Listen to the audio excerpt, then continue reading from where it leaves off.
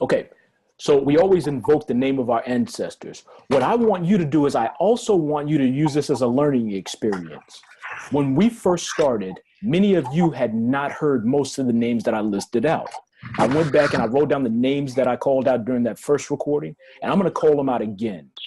Some of those names we still haven't covered yet, but I want you to think about how far you've progressed if you hadn't heard these names. All right?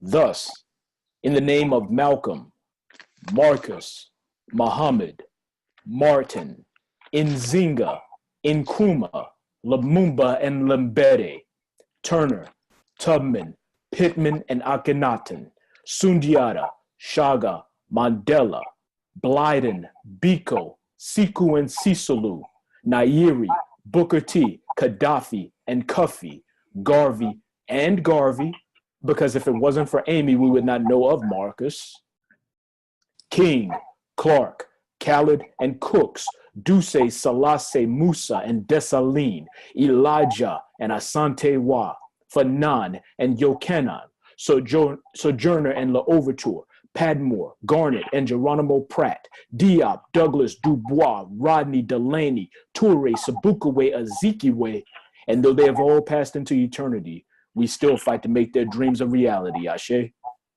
Ashe. Ashe.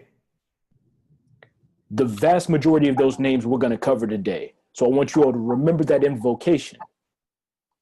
Today, what are we talking about? We're talking about politics, prosecution, and Pan-Africanism, as you can see on your screen. If you can't see my screen because you're traveling or working, I'll be reading out what's on my screen. I know it annoys some people when people just read off what's on the slide, but this is for people who can't see. So at this time, if you don't have headphones, please throw some headphones in. If you know you're going to have background noise, go ahead and put your device on mute. But if you're not going to have any background noise, stay off of mute just to check in with me every now and then to make sure my sound quality is still good and to make sure I'm not talking to myself because I can't see you all unless I come over here. Naelewa? Naelewa. Nalewa. Naelewa. Okay. So let me read you all my thesis as I always do. Here we go, family. First of all, is there any background noise or feedback that you all hear before I get in? Yeah, like an echo. Yeah, echo Yes, and echo. kind of in and out, like it's spotty, just a little. Okay, if there is an echo, that means that somebody doesn't have headphones in. So just throw headphones in or put me on mute. So here I go. And I'll try and go slowly for you all in case I'm jumping in and out. Dr. Claude Anderson defines politics as a process that decides who gets what out of life. That includes healthcare, education, reparations, food, and shelter. So family, if we hold this definition of politics to be true, then the only political philosophy that makes sense for Africans is Pan-Africanism. If you're taking notes, I need you to write this down because this will be a part of your screening if you want to be a member. Pan-Africanism is defined as a belief in the laws and representation that benefit Africans in the diaspora. I'll say it again. The definition of Pan-Africanism is a belief in the laws and representation that benefit Africans in the diaspora. The only political philosophy, I'm saying this with emphasis because it's important, the only political philosophy that members of United Black America follow is Pan-Africanism. We are not Democrats. We are not Republicans. We are not Green Party members, centrists, or members of any other Western political parties. We are Pan-Africans. Does that make sense to the family? Ashe. Indio. India. All right, that's going to be a question that's going to be asked of you. What's the political philosophy of United Black America? Our political philosophy is straight up and down Pan-Africanism. Beautiful thing about this is it alleviates you of the need to get involved in these ridiculous conversations between Democrats and Republicans. What's your stance on gun laws? I don't know. What does it mean for Africans in the diaspora? That includes you, by the way. I think by now, most of the people who disagree with that philosophy, they've left. And that's typically about 20% of our audience, right? or 20% of our student body. They say they still calling each other Africans over there. I'm not dealing with that. So I've already given them their refunds. So we all understand that we are Africans. We just happen to be in the diaspora. Let me keep reading my statement. Africa and Africans today don't suffer for lack of resources, family. The African continent is the wealthiest on the planet, and African Americans alone, that includes you, Dada Cynthia, you're in the Americas. All right. Africa and Africans don't suffer from lack of resources. The African continent is the wealthiest on the planet, and African Americans alone possess $1 trillion in buying power. So if money isn't the reason why we suffer, if resources isn't the reason why we suffer, what is? Our diaspora suffers today because of poor political leadership and governance. At the root of this suffering lies the fact that the political systems we have today, just like the religion and economic models that we were forced on us by alien groups. And because these systems are not natural to us, they fail us time and time again. So family, as the architects of our culture, we must look at the political systems that exist, deconstruct them, and begin to innovate on the existing systems to create a better future for our people. Pan-Africanism is such an innovation. It is only by establishing our own sovereign nation that we can protect ourselves with both force of law and force of arms, according to the laws that we set forth, the protection and prosperity of our people. How do you all feel about that? Sounds great to me. Sound like somebody got a party going on. There's always a party here with these twins, man. Okay, I know who that is then. So let's get into it. Let's really define the political battlefield, all right? I'll let you all read what's on the screen, but I want to start off by reading to you all a statement from one of our ideological founders, one of our warrior scholars. This comes from Kwame Nkrumah, who we're going to talk about later during this module. This is what our ancestor had to say. Quote, African unity is, above all, a political kingdom, which can only be gained by political means. The social and economic development of Africa will come only within the political kingdom, not the other way around. It is not unity alone that can weld us into an effective force, capable of creating our own progress and making our own valuable contribution to world peace. It is political discipline.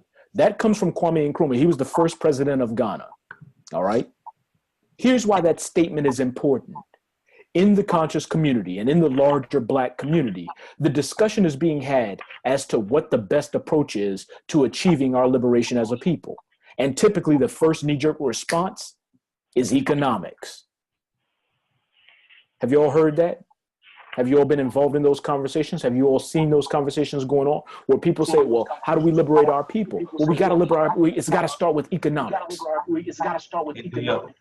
Yeah, yes. India. All right, do we still have that background noise or that feedback coming from somebody who has me on speaker?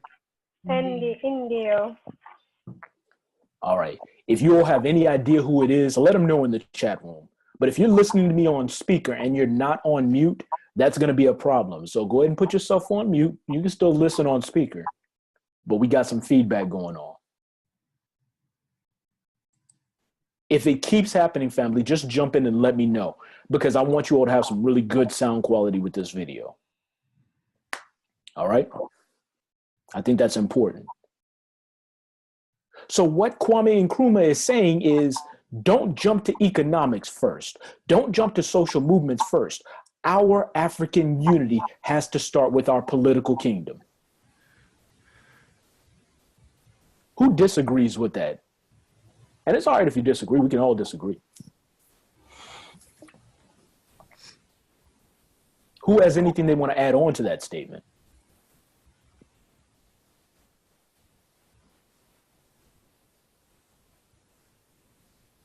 Can I keep flowing and glowing? Indio. Indio. All right. Endelea. All right. So in order for us to gain control of our political kingdom, we must have sovereignty. Now, this is important. I'm going to read the definition of sovereignty off of our screen. Sovereignty is a word you all have heard. Some of you all have matriculated through the Moorish teachings, so you're going to recognize this. This comes from Black's Law Dictionary. And I want to read you all the definition of sovereignty. And then we're going to break this definition down. Sovereignty is defined by Black's Law Dictionary, 6th edition, which is the edition that I have, as, quote, the possession of sovereign power, supreme political authority.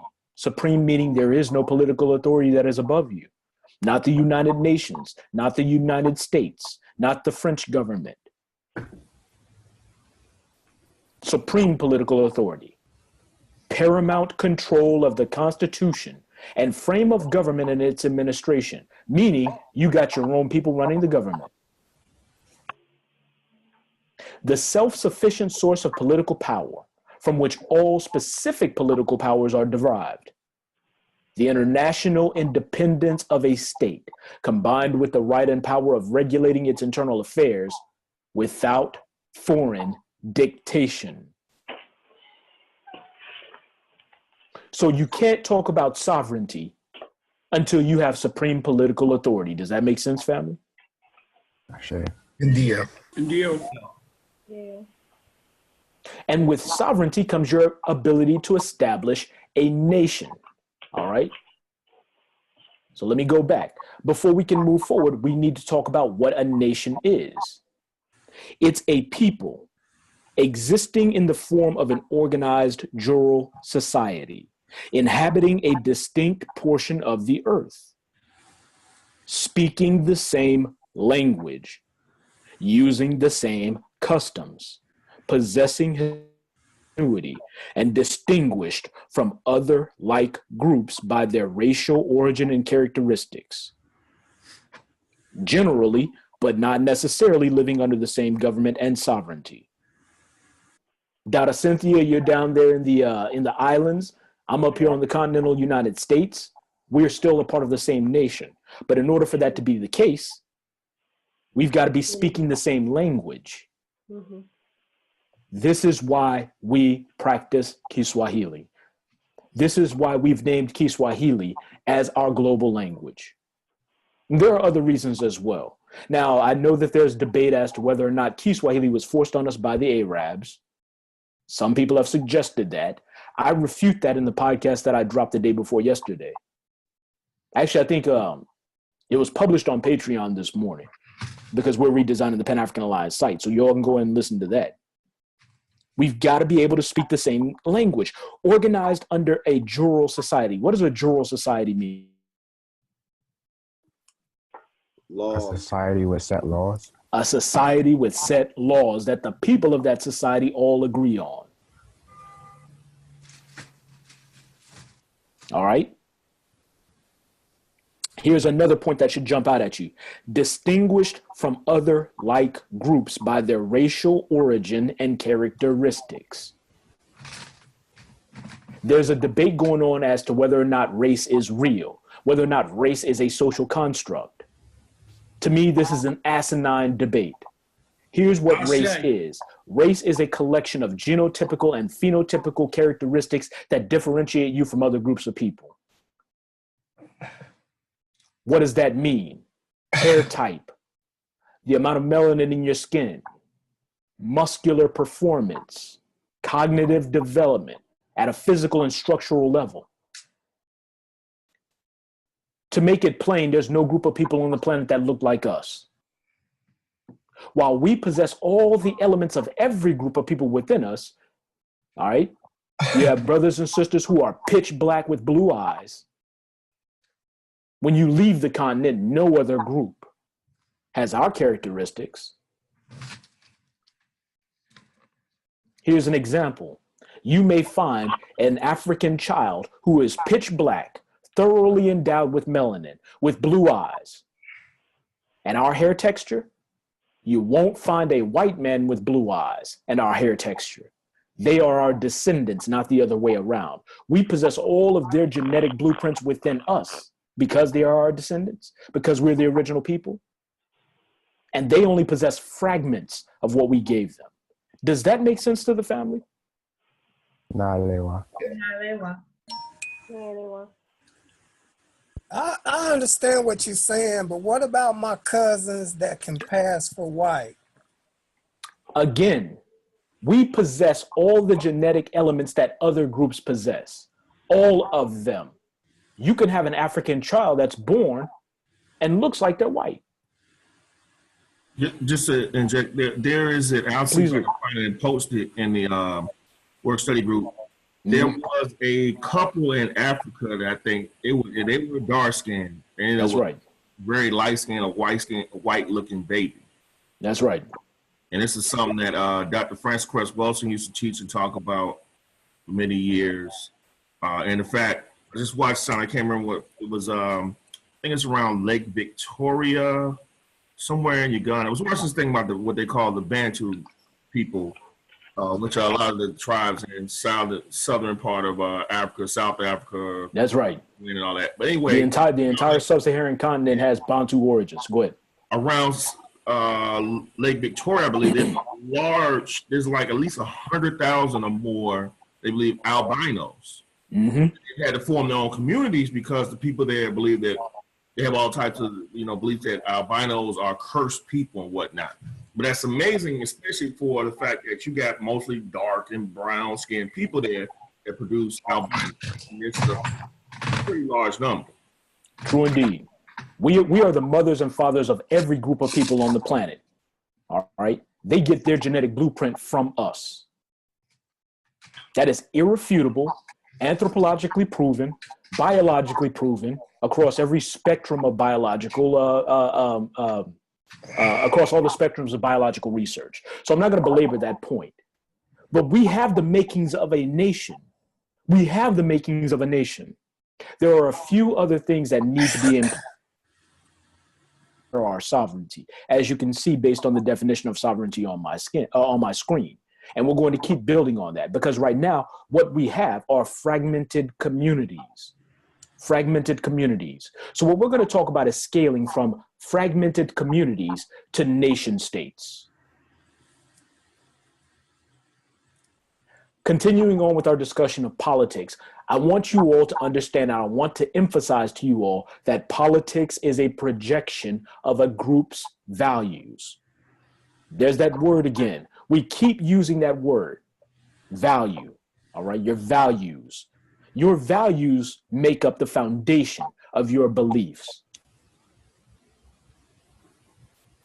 So too, does that apply to the group, right?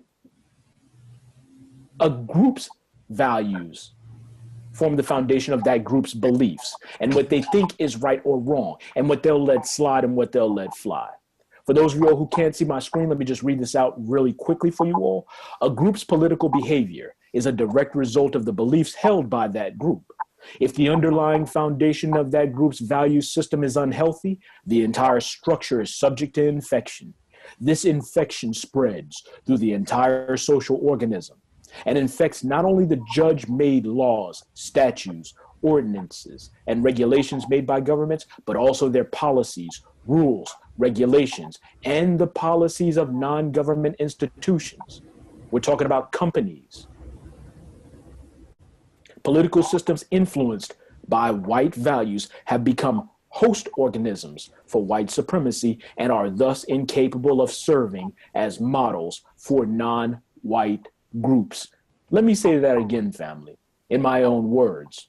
If we are trying to build a system of government based on what we observe coming out of the West, we're doomed to fail because these political systems have been influenced by white supremacy. If we try to build our political systems based on what they have done, we're building a white organization with a black face on it. Nailewa? Nailewa. Nailewa. Nailewa. Nailewa. So when we're looking at their political systems, understand we're looking at their values in action. Values like what? Consumerism. You all remember this? Values like individualism, conflict and control, manipulation, right? Do you all remember our discussion on values when we talked about integration? And ownership. Ownership, absolutely. Absolutely. Okay, so moving forward, for the sake of time, we're talking about moving from fragmented communities to nation states. Well, how do we do it? If we go back to Powernomics, Dr. Claude Anderson's book was less about economics and more about politics than anything else. If you've read that book, I'm sure you can agree. Or would anybody disagree with that statement?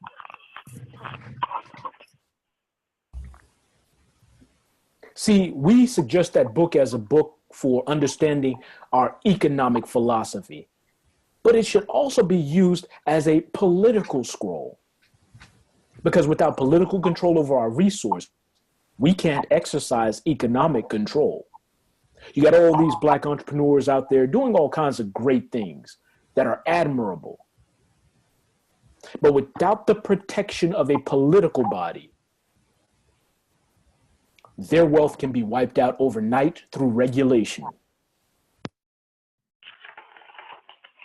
Absolutely. All right. So in Dr. Claude Anderson's book, he describes the elements of functional communities. Here's what you need to have a functional community. You need to have an independent economy owned by residents of the community, number one. You need to have an active code of conduct, number two. And number three, you need to have a form of governance that collectively speaks for the residents. That forms the foundation of political thought and action. An independent economy, a code of conduct that we all agree to, and a form of governance that collectively speaks for the residents. Now, if we go back to the definition of sovereignty, sovereignty is supreme political authority. So in order for us to go from these fragmented communities to supreme political authority, we've got to start locally. We've got to have supreme political authority over our local geography, over our community, over our hoods. How do we achieve that?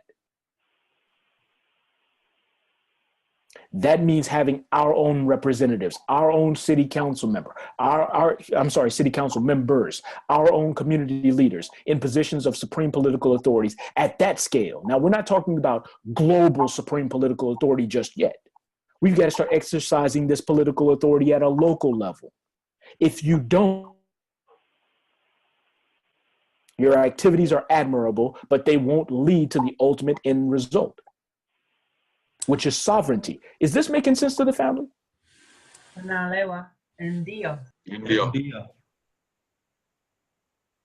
Which is why in United Black America, the Ujamaa Council has started their Buy Back the Block program. This isn't an economic initiative. This is a political initiative. Because once you have independent economic control of your community, and we're doing this around all the chapters that we've built as prototypes before we roll this out at a national level. Once you have economic ownership of an area, now you can start talking about political ownership. Once you have the economic ownership of an area, now you're talking about an active code of conduct. Because brothers and sisters in that area will not destroy what they own. It's their property. Does that make sense? India. I don't give a damn about spray painting a piece of property that belongs to a Jew that lives in New York while I'm in Atlanta. But if I know that's grandma's house, I'm going to take care of it. Does that make sense, family? India. Okay, for the sake of time, we're going to move forward. But does anybody have anything they want to add? Just, I see this debate, and I'm sure many of you all see it too, that's going on in the so-called Black conscious community, where it's like the chicken before the egg. It's like, do we start with politics or do we start with, building the economy? I think people don't understand that the two have to work together, because even if you're talking about running, for office, or especially nowadays, you got to have money to do it. We're going to talk about that. Don't steal my thunder. But the thing is, I think we're getting too caught up in You know, you see Amos Wilson talk about this, we're being too dogmatic, we're being too stuck in a certain ideology and position. Understand the two have to try to work together. And I think that's something we have to talk about because often, you know, looking back in history, I think you're going to see that we suffer from this too much in the black community, whether you talk about Du Bois, Garvey, Booker T. Washington, whatever. But when we talk about economic bases and countries and all that, went through this book, The Half Hasn't Been Told, how slavery built American capitalism. Mm-hmm. The book goes on for chapter after chapter about states basically setting up their state policies to go ahead and expand slavery, expand certain agriculture markets. I didn't realize that they had used, you know, African people to have them go and basically build the infrastructure for creating like Louisiana, Tennessee. I mean, they marched them from the Mid-Atlantic region. This book goes into great detail about that. But it also talks about all the legislation and everything that went for that allowed these people to make huge fortunes. So that's absolutely. You know, absolutely. It was all about politics and economics working hand in hand, and it was an international matter because they talk about and the thing about this book, it dispels the whole myth that or how we're taught that this was a Southern thing. It shows how the banks up north were involved, the Ivy League schools were involved, as well as it was the international thing with the London banks and other finance houses. Trundi, do us a favor, just for the sake of time, and post up a link to that book in Slack, because I've never heard of that title. I definitely want to check it out. Okay. But I do want to emphasize, as the brother said, that these two. Okay, we lost you now. Economics is not the end result. It is a means to an end. The reason why we pursue economic prosperity is so that we can achieve political sovereignty, right? So as the brother indicated, they've got to work together, but we're not stopping at economic sovereignty. Our strategy is ultimately political sovereignty. Unailewa or nailewa. All right, how y'all feeling, family? I'm trying to keep it slow. I'm trying to restrain myself because I know I'm spotty, and if I start really going in, then the system will start dropping out on me, I feel like. So I gotta kind of pace myself. But how are y'all feeling so far? Something is making you blank out like whole sentences, and I don't know if I'm missing a whole meaning of something or not. But you kind of breaking up regularly. True. True. Damn it, man. Is that going to be on the recording as well? Not sure if it is, but I'll see what I can do. Try clearing your cookies and history, etc. That sometimes helps. You may need to reset your modem, brother Assad. Unfortunately, you know, a lot of time. Everybody coming out of the blue. No, I think I might have a better solution.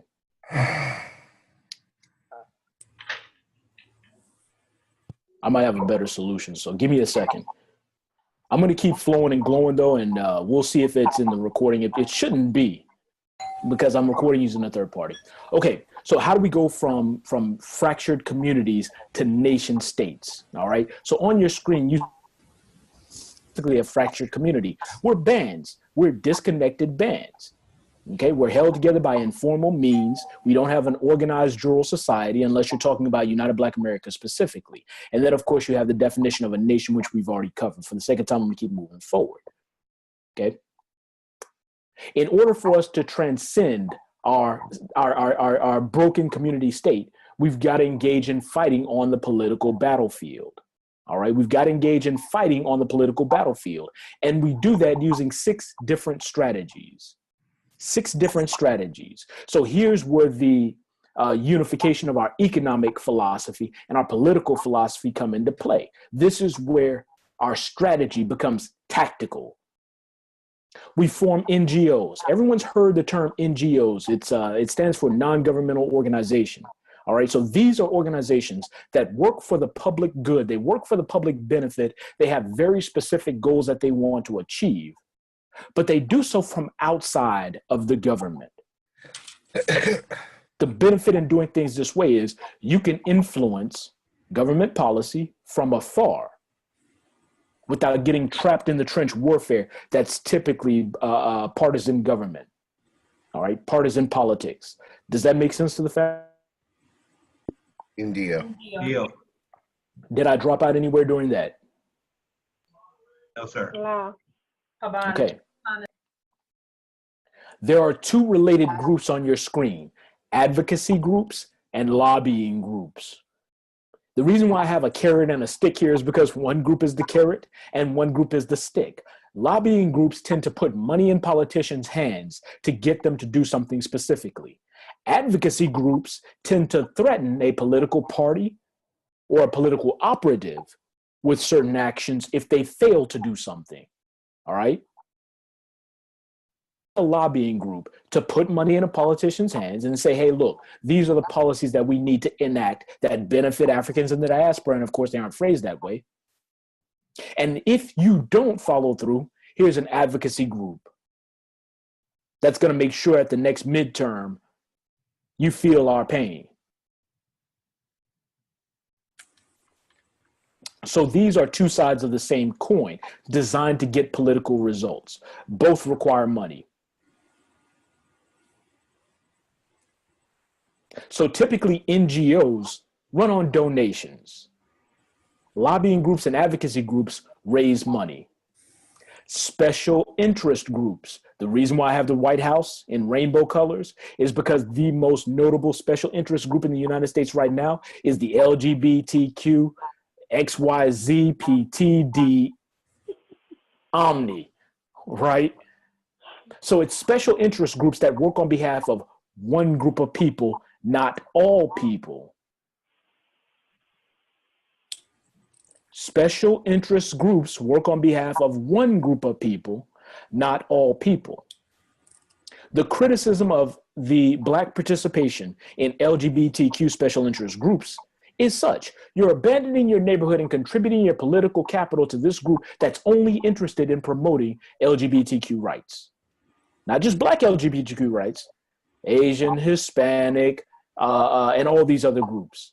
If we go back in time to the 40s, 50s, and 60s, we realize, looking at this battlefield on the chessboard, that one of the biggest pieces that we gave away when we were fighting for so-called affirmative action was ensuring that the benefits accrued from affirmative action benefited the community first.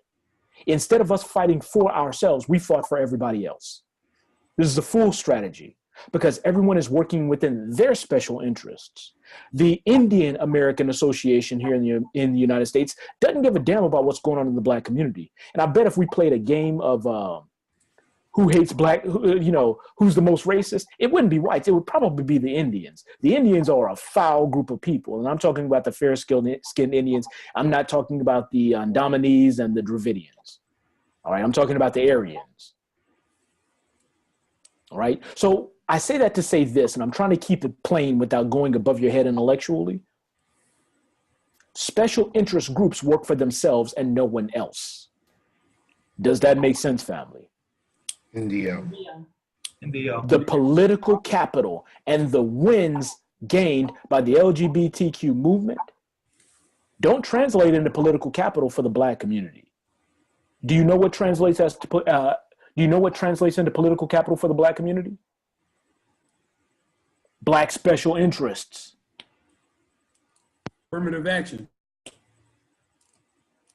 Specifically for our community. I'm gonna say it'd be government set aside, so like contracting, also for that's on the state, local, and federal level.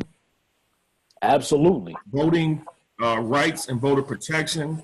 You know, we're now in an era where the Democrats are paying a whole lot of attention to what's going on with the whole Russian affair, but they're not paying attention to the fact that the Republicans have successfully used a process called cross-check, where they look for black-looking names and Latino-looking names, and they remove these people from the voter rolls. Sure. The other local things where they go ahead and move polling places, all sorts of trickery that they've been using since blacks got the right to vote.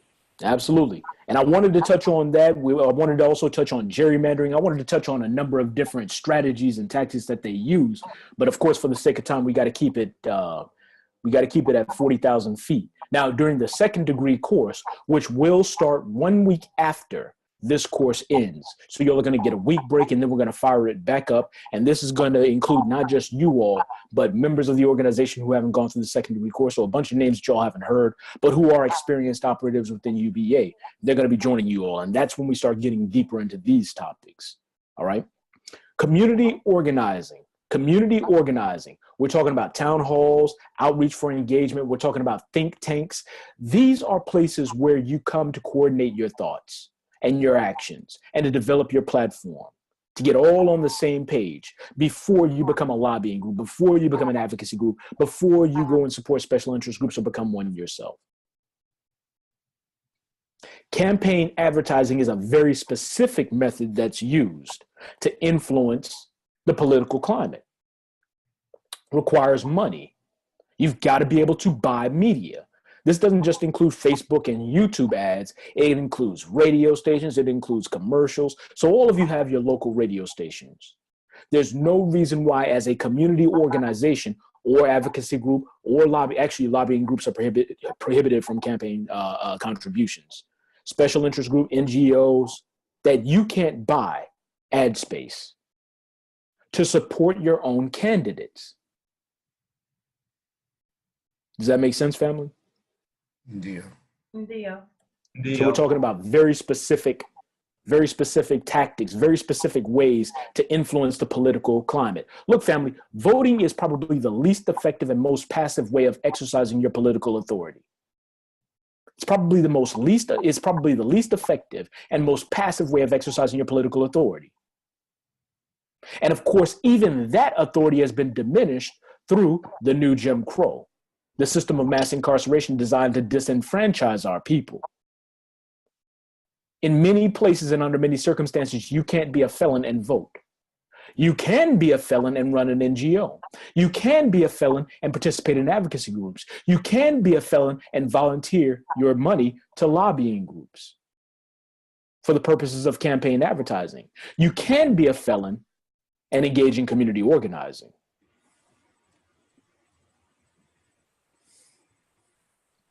Moving forward, let's talk about prosecution as a weapon of white supremacy. If you are going to become a member of United Black America, you're going to be asked what the definition of prosecution is.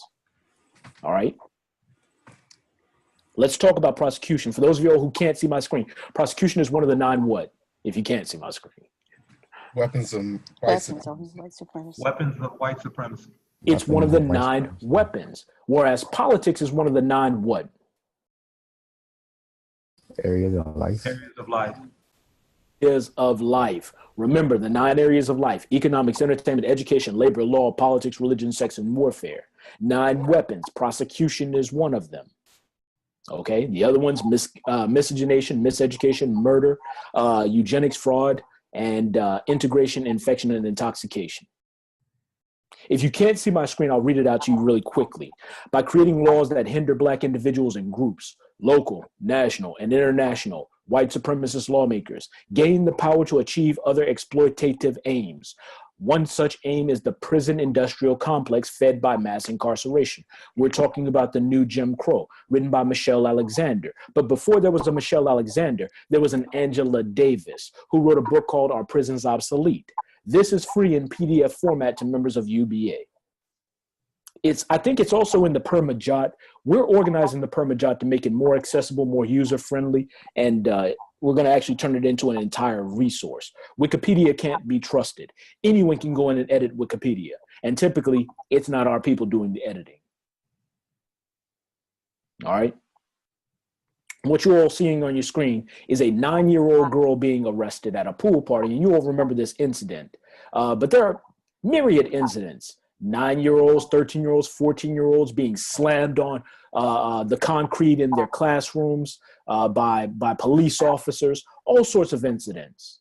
These incidents are protected under the law, under statutes, under ordinances, under policies built on a system of values that denigrate our people. Unailewa or mnailewa? Nalewa. Nalewa. Nalewa. Inalewa. So this is an extension of mass incarceration. I want to spend a lot more time here, but I'm really determined to finish on time today. All right. And I don't know if the internet's going to hold out. So I want you all to understand prosecution as a weapon of white supremacy is using laws. All right.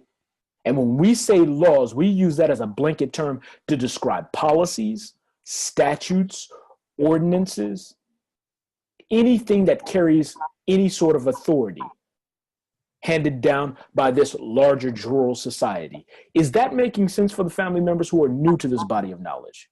Those are the ones I'm talking to specifically.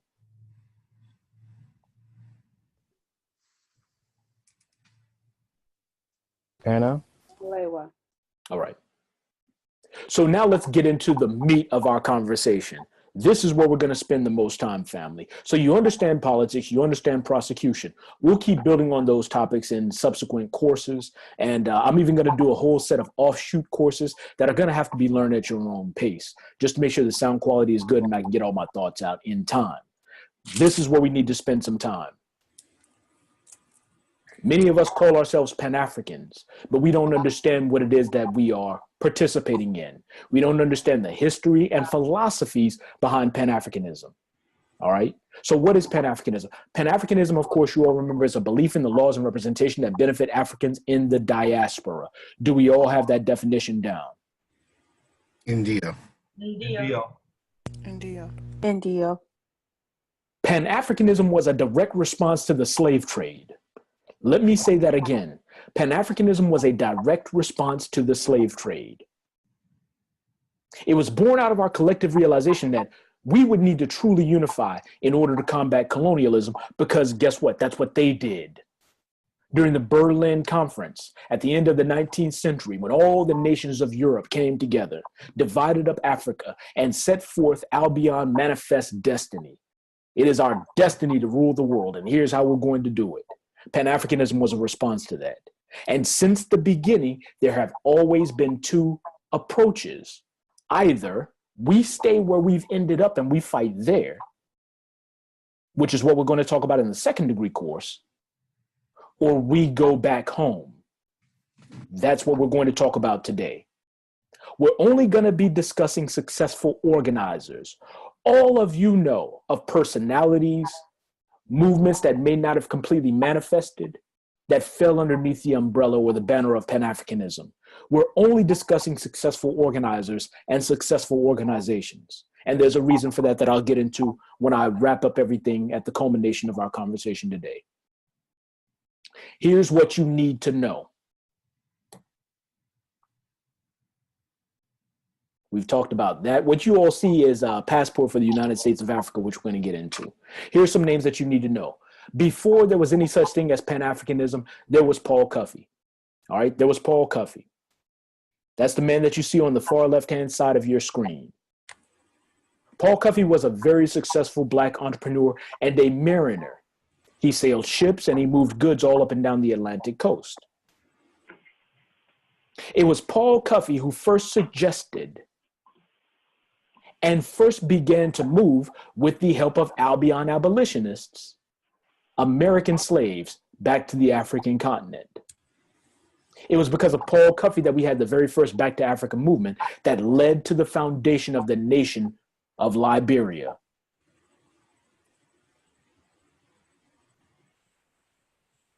All right? That is Paul Cuffey. If anyone can be considered the founding father of Liberia, it is him. The man in the middle of your screen, that's Martin Delany. Now, you see him in a Civil War uniform. Back in 1865, he was commissioned as a major in the Civil War. He became the very first Black field officer in the United States Army. He achieved the highest rank any African American would reach during the Civil War. But that's not why he matters to us.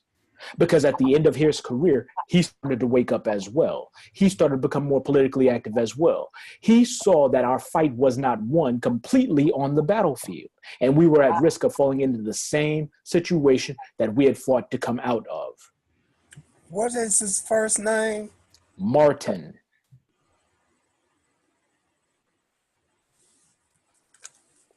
As far back as 1835, Martin Delany was involved in these gatherings called the National Negro Conventions.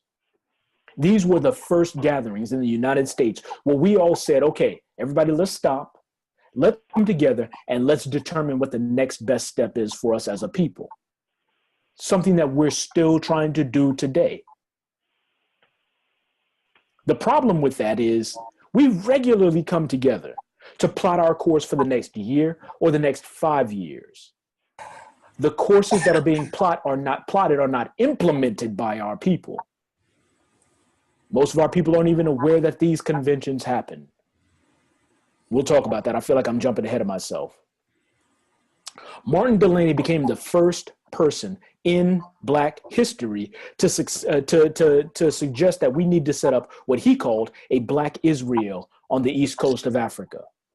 He saw what was going on with Paul Cuffey, Liberia, and said, this is our opportunity to attain our sovereignty. We cannot stay here in the United States. We're surrounded on all sides. We don't have control of our economies. We don't have control of our communities.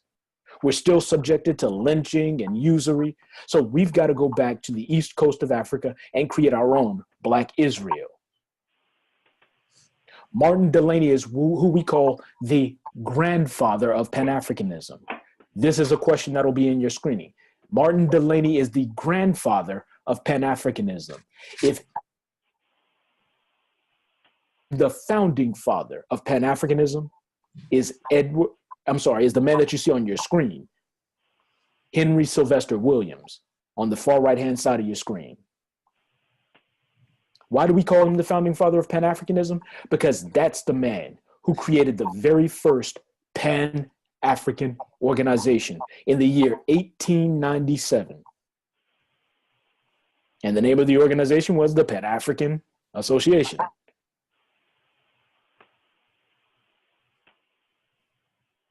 All right, so that was created in 1897. On July 23rd, 1900, they held their very first Pan-African Conference. Don't confuse the two. I apologize for my misspeaking. They organized the very first Pan-African Conference. W.E.B. Du Bois was there. All right. Williams would go on to become one of the very first people of African descent to be elected to public office in Britain in the modern era. All right, so this is the year 1906. Because during this Pan-African Conference, they determined the best way forward was for us to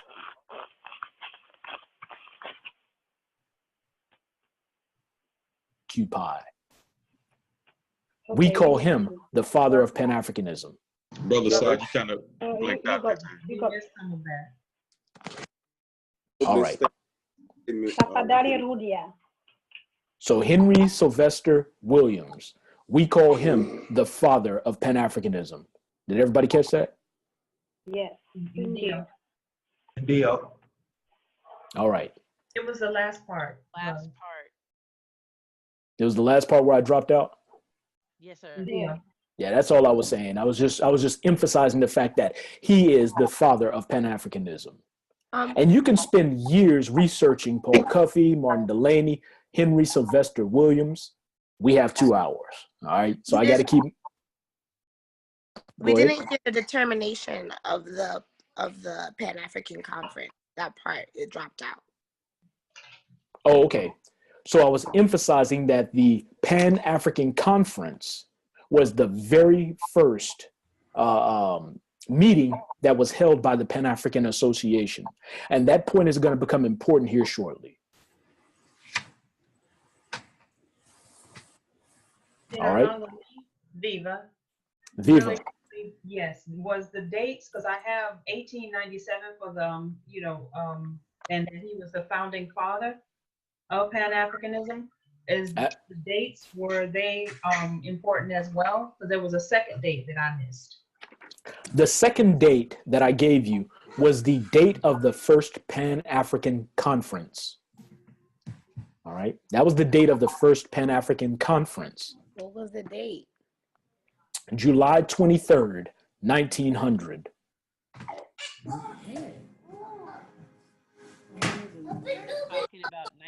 Asante. when you Y'all get on whoever that is with the noise.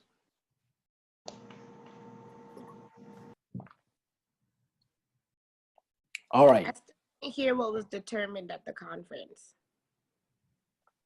It was determined at the conference that the best way for us to go forward from that point on was not just to achieve political sovereignty on the African continent, following in the footsteps of Martin Delany and his suggestion that we create a Black Israel, all right? But he suggested we created a Black Israel on the eastern coast of the African continent in present-day Kenya. Marcus Garvey inherited the ideologies of the men aforementioned. All right. He took their ideologies and he created the largest mass movement in Black history. He organized, or I'm sorry, following the definition of a nation, he organized the UNIA underneath a code, a constitution, a declaration of rights, which you can find on our Facebook page, our United Black America Facebook page. I made the note this morning. I'll also be including links to it. This was the very first mass movement that established its own constitution under the Pan-African banner. By far the most well-organized and the most enduring from that era. For the UNIA still exists today. I am a member of Division 421 out of Atlanta underneath Ross Marvin, and it is our sister organization. So Marcus Garvey took what he learned from people like Blyden, from people like Williams. We're not going to touch on Edward Blyden because we don't have time. But again, I will be doing another conversation on Edward Blyden, who was not one of the founding fathers of Pan-Africanism, but he influenced Pan-African thought and political action above and beyond almost anybody else in the pantheon.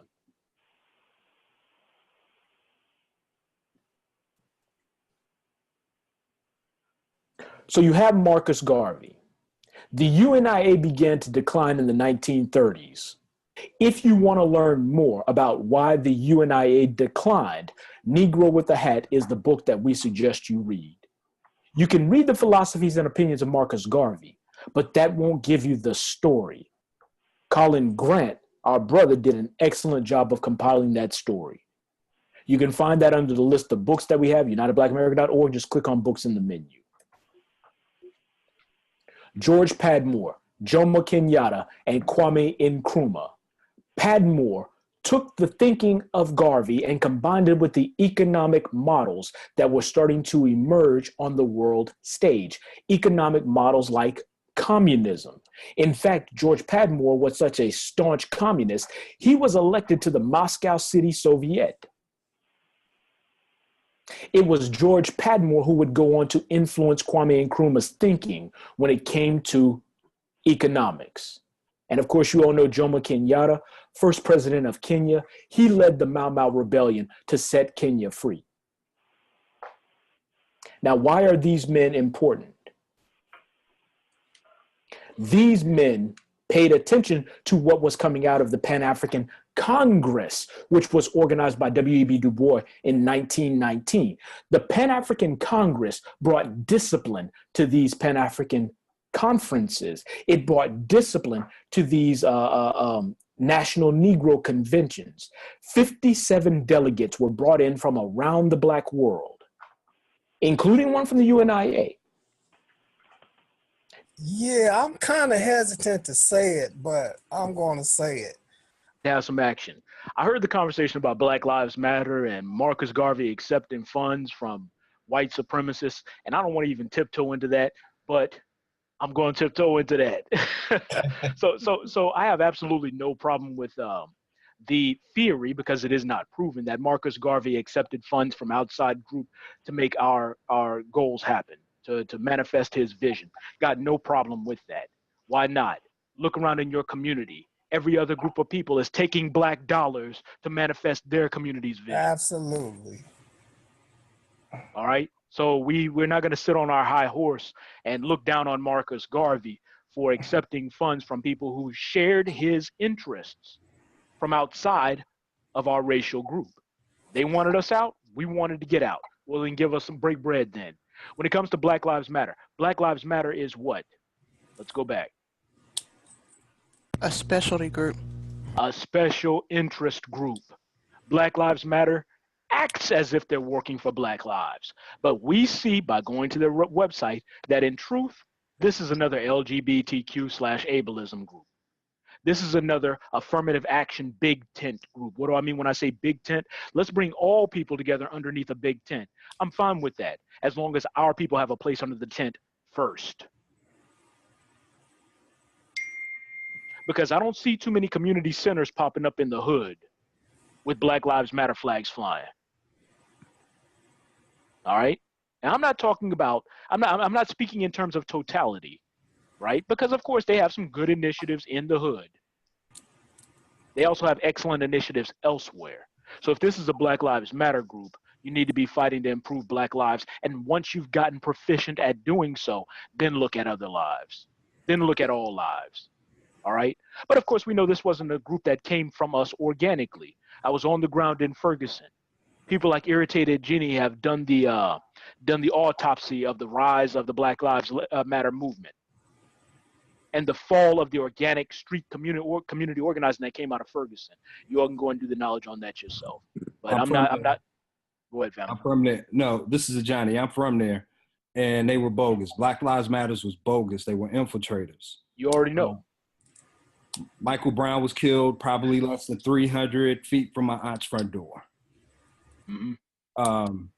So those people were plants. And then it's like OBS, Organization for Black Struggle, is one of the main organizations in St. Louis that I was a part of it when I was an undergrad at St. Louis. Black Lives Matters, True indeed. No support from me whatsoever. True indeed. All right, let me get back on track, family. Am I breaking up at all before I start flowing and glowing? Because I'm about to go in. No, you're good. Right now, you're good. Go in. Okay, I want to take you all back to 1919. And I know I'm jumping around a little bit, but follow me. 1919 is when the very first Pan-African Congress was organized under W.E.B. Du Bois. I mentioned it was held in Paris, and I mentioned he brought together 57 delegates from all over the Black world. Why was it held in Paris? It was held in Paris because W.E.B. Du Bois was bougie. I'm going to keep it real with you all, family. He will admit it. He will admit it. His contemporaries will admit it. They didn't want to have this held on the African continent because, first of all, they wanted to kick back in amongst Parisian society. This is going to be important when we talk about the Second Pan-African Congress that was held in London. But also, family, and this is important to note, at the time, Africa was indeed ground zero for colonialism and white supremacy, and it was not safe. The same holds true today. The Second Pan-African Congress was held a few years later in 1921, where they came back together to reaffirm what they had concluded at the First Pan-African Congress, family. It is critical that as a people we have regular meetings to hash out all these differences and to set a clear course going forward. Every organized jural society does this. When we look at China, every year China drops their 5-year plan. And they've been very effective at carrying out that 5-year plan. Each and every year. Okay? We've got to do the same thing. Anyway, Second Pan-African Congress. All hell broke loose at this Congress in 1921. Why? Because half of the members of the audience said that we should. I'll wait.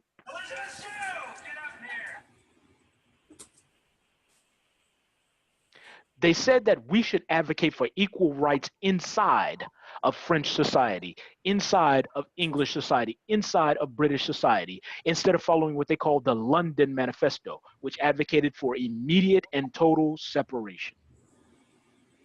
Same conversation we're having today. The Third and Fourth Pan-African Congresses were unremarkable, but it was the Fifth Pan-African Congress that was the biggest and the best and the most productive. 90 delegates came together.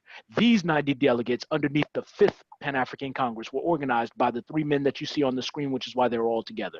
George Padmore, Jomo Kenyatta, first president of Kenya, and Kwame Nkrumah, first president of Ghana. All right? They came together and they founded what would become known as the Pan-African Federation. The Pan-African Federation would ultimately become the Organization for African Unity, the OAU. And then later the OAU would become what we have today, the African Union. Kwame Nkrumah's book, Conscientism, breaks down his political philosophy, for it is him that pointed us towards a United States of Africa. Kwame Nkrumah pointed us towards a United States of Africa. As the leader of Ghana, it was his intention to start erasing the borders that were drawn around Ghana by outside parties, to unite with his neighbors, and to create a West African bloc. With the help of Jomo Kenyatta on the east coast of Africa, they would meet in the middle in a place called the Congo. With this man's help, Patrice Lumumba, who was also at the Fifth Pan-African Congress. Lumumba was the first democratically elected president of the Congo. Family, listen, what do you have here? You have leaders, heads of state, who all came together and they agreed on one thing: Africa must unite. The conversations that they were having were conversations about erasing their borders and unifying. Between Jomo Kenyatta, Patrice Lumumba, Kwame Nkrumah, and other men like Haile Selassie, because at the time Uganda and Rwanda were largely disorganized. We were in the ages before Idi Amin. So these are areas that would have just gone along to get along. We would have realized the United States of Africa. In fact, remember, 1958 is when Patrice Lumumba was in Ghana. By 1963, there were 31 independent African nations. But just like at the Second Pan-African Congress, some of those African nations favored using their old colonial masters to gain a footing. We can't just kick out the French. We need the French. Who's going to run the railroads? We can't just kick out the British. We need the British. They've been living here for 100 years. But of those 31, some of them were agitating for immediate continental political unity. So to make that happen again, the OAU was created. The very first chairman of the Organization of African Unity, His Imperial Majesty Haile Selassie, peace be upon him. Rastafari, that's who you see on your screen. The Lion of Judah. White supremacy started fighting back. In 1961, they killed Patrice Lumumba. The CIA orchestrated an overthrow. They captured him. They smashed out his teeth. The members of those assassination squads kept parts of Patrice Lumumba's body. The parts that they did not keep, they burned. They pulverized his bones into ashes, and they scattered him so no one would ever find his body. The Congo hasn't been unified since. Nelson Mandela's resistance movement was broken up in 1962. He was incarcerated. The OAU, the Organization for African Unity, might sound familiar to some of you all who are familiar with El-Hajj Malik El-Shabaz's work and the autobiography of Malcolm X, peace be upon him. Because at the end of the book, he talked about creating his own organization away from the Nation of Islam. What was the name of that organization? The OAAU, Organization for African American Unity, based on Kwame Nkrumah's OAU. By the way, Kwame Nkrumah's OAU was based on Marcus Garvey's UNIA. In fact, pull up an image of the Ghanaian flag. What's in the dead center of the flag? Black star. A black star. That black star was intentionally placed there by Kwame Nkrumah to pay homage to Marcus Garvey's Black Star Line. For those of you all who don't know, Marcus Garvey went on a speaking tour around the United States, just like Umar Johnson's doing now, and will be doing forever. I'm gonna tiptoe away from that. I support the. I'm away from that. You can't tiptoe from that. I'm off that. Marcus Garvey went on a speaking tour around the United States to raise funds to buy a line of steamships with the intention of moving Black men, women, and children and goods throughout the diaspora, thus creating our own economy. And he called this the Black Star Line. He was largely successful. The reason why the Black Star Line failed was because the CIA infiltrated his organization, put captains in place to sabotage those ships. We know that for a fact. You can do a Freedom of Information request right now. It's called an FOIA, Freedom of Information Act request. And they'll send you everything that they have that's not redacted on the UNIA. They say it in plain black and white. All right? So anyway, 1961, Patrice Lumumba was killed off, CIA coup. 1962, Nelson Mandela was incarcerated. 1965, the OAAU met its end when El Haj Malik El Shabazz was assassinated. 1966, Kwame Nkrumah was overthrown. Immediately after he finished a huge public works project that would have powered not just Ghana, but all of Ghana's neighbors. This project was called the Volta Dam. After he was overthrown, the CIA put a dictator in his place, and then they privatized the Volta Dam. The people of Ghana got nothing from it. Of course, you know, in 1968, Martin Luther King Jr. was assassinated, and this is after a short period of time where he suggested maybe merging his movement with what Malcolm X had built. He became increasingly more militant. All right? There are some names that you see on, or some faces that you see on your screen that you're probably not familiar with, including Emil Cabral. Of course, His Imperial Majesty Haile Selassie, 1975. He was overthrown by a coup, and he disappeared. They found his remains years later beneath a toilet in the royal palace. One of the images that you see, 1980, that man was assassinated by a car bomb after releasing a book that went on to spark countless revolutions. Anybody know who he is? 1980. Walter Rodney. That is Walter Rodney, a Mwalimu who wrote How Europe Underdeveloped Africa, required reading for all members of United Black America. Also in 1980, you had the overthrow of Liberia's president. There's a lot that goes on behind the scenes with Liberia's history, from Paul Cuffey up until this man. This is William Tolbert. This is William Tolbert. His grandson, Westerfield Tolbert, who you all see in Slack occasionally, who lives very near me, is a member of United Black America. In fact, the Tolbert family is fighting for political control of Liberia again, now that Ellen Johnson Sirleaf, a former employee of the World Bank and a puppet of the United States, is no longer the president there. He was killed off by the CIA as well. Ironically, when he was killed off by the CIA, his family fled to the United States. One of his grandsons joined the Air Force until they learned the truth behind their grandfather's assassination. Since then, we've been working to rebuild a new colony in Liberia. That's all I'm going to say about that. 1987. Who knows who that is? Miss Sankara. Sankara. If there is anyone who would have been successful at implementing the vision of all the men that you've seen on that screen, it was Thomas Sankara. All right? We're talking about Burkina Faso, former French protectorate / colony. And then 2011. Let's talk about that real quick. For the sake of time, of course, I can't go into these men's stories. We only have a few minutes left. The Organization of African Unity failed because they didn't have political might. They failed because they didn't have military might, and they weren't willing to go up against their old colonial authorities. Yeah, you had Jomo Kenyatta and his Mau Mau rebellion, which was definitely an armed rebellion. You had Robert Mugabe in Zimbabwe.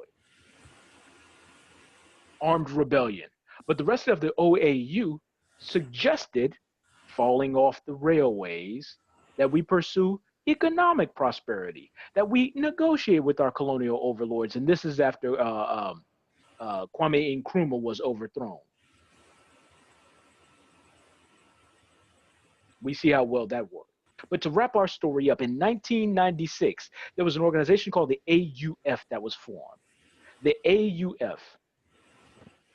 All right, and this is also called the All African Army, the African Union Front, the African People's Front, the Pan-African Parliament. It went by a couple of different nicknames, but in the mid 1990s, all of that was wrapped up into one organization that was ratified as the African Union, created by Muammar Gaddafi in 2001.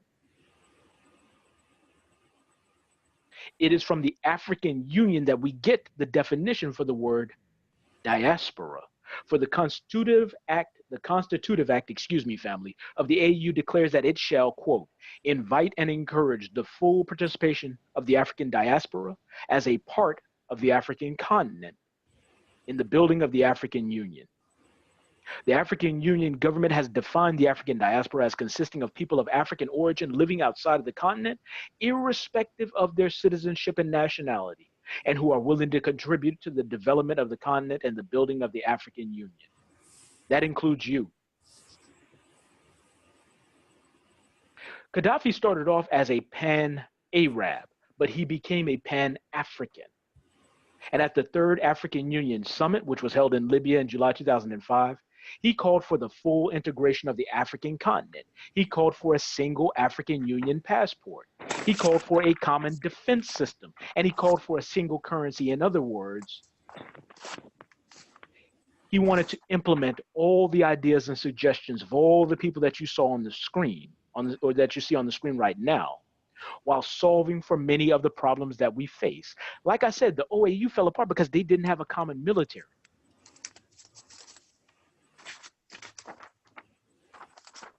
In 2009, not only did he join together many African revolutionary fronts, but he also started reaching out internationally. He joined President Hugo Chavez in Venezuela in 2009, calling for an anti-imperialist front across Africa and Latin America, calling this the South Atlantic Treaty Organization. We got some rustling, family. And of course, you all know, because he was poised to be just as effective as Kwame Nkrumah, just as effective as Patrice Lumumba, just as effective as Emile Cabral, who we didn't go into, and His Imperial Majesty Haile Selassie. He was overthrown in a CIA coup in 2011. And of course, we know what's going on in Libya today. It's been that way ever since.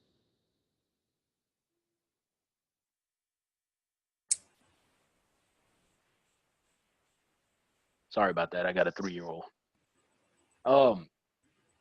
Brother Sar, This, go right ahead. I'm real about quick. to wrap up though, so go ahead.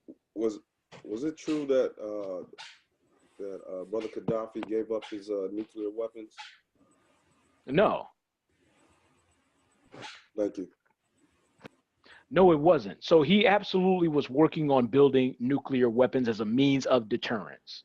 And that, of course, is the excuse that they gave us for invading Libya. Yeah, that was true, and he was well within his right to do so.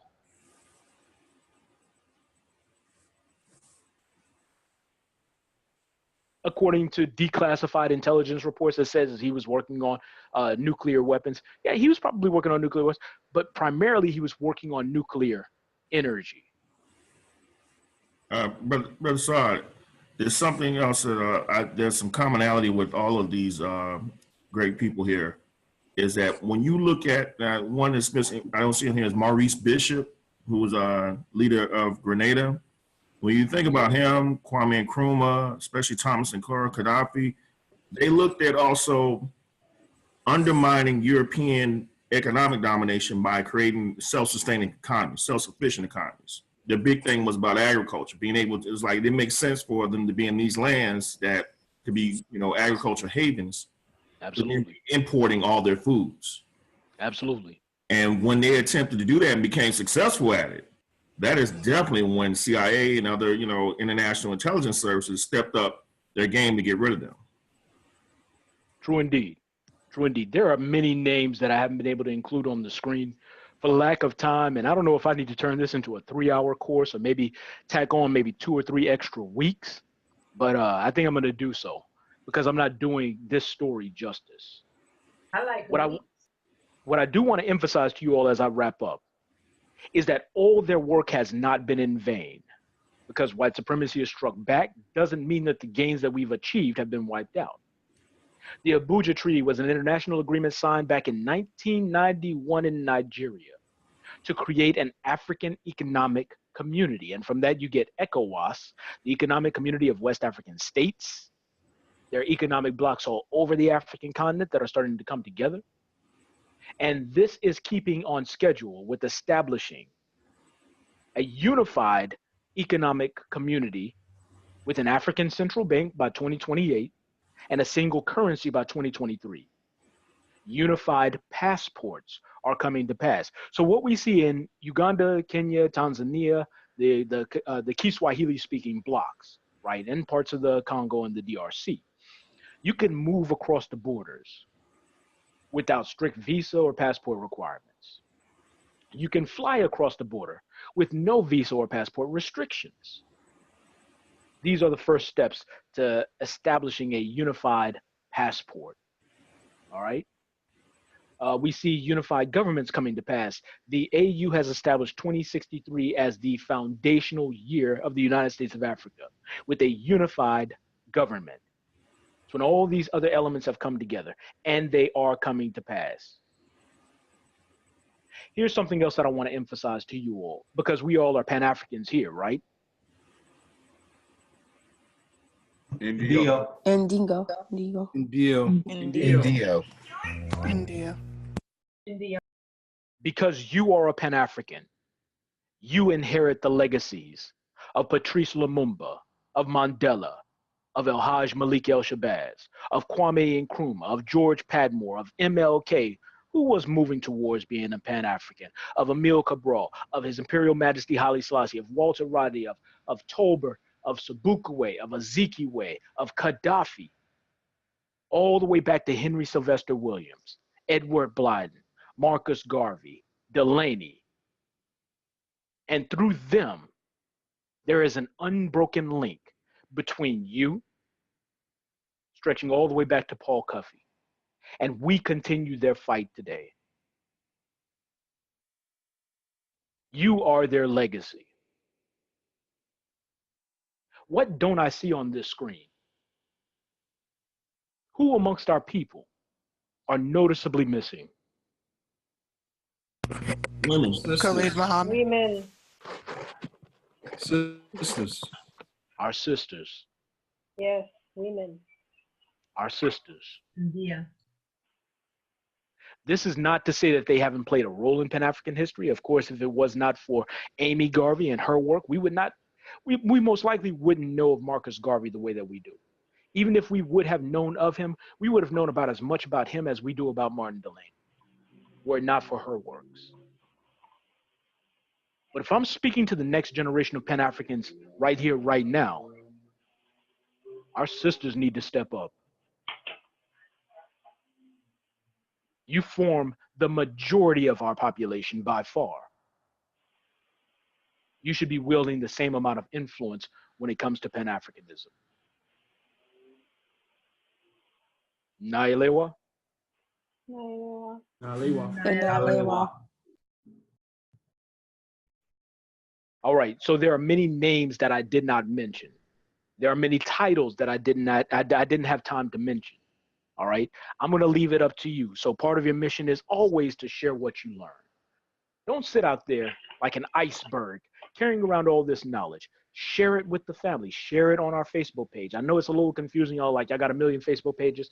Share it in the Pan-African Homeschool Alliance. Share it on Slack if you're not on Facebook. But for those of you all who are itching to get this information out of you, we need writers, family. We need writers. This organization can no longer rely on me to be the sole producer and thought leader. It's time for me to get out of the way. Let me turn my camera on so y'all know I'm serious.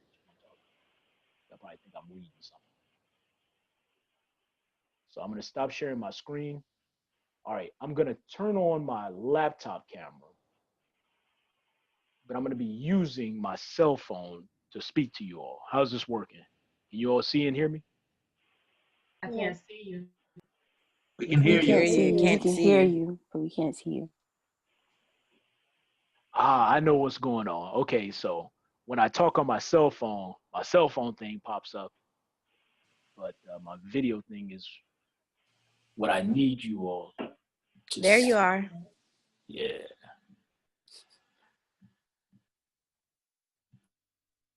All right. Still don't see. Yeah, this might or might not work. Damn it, man. Now you went away. Glow and glow.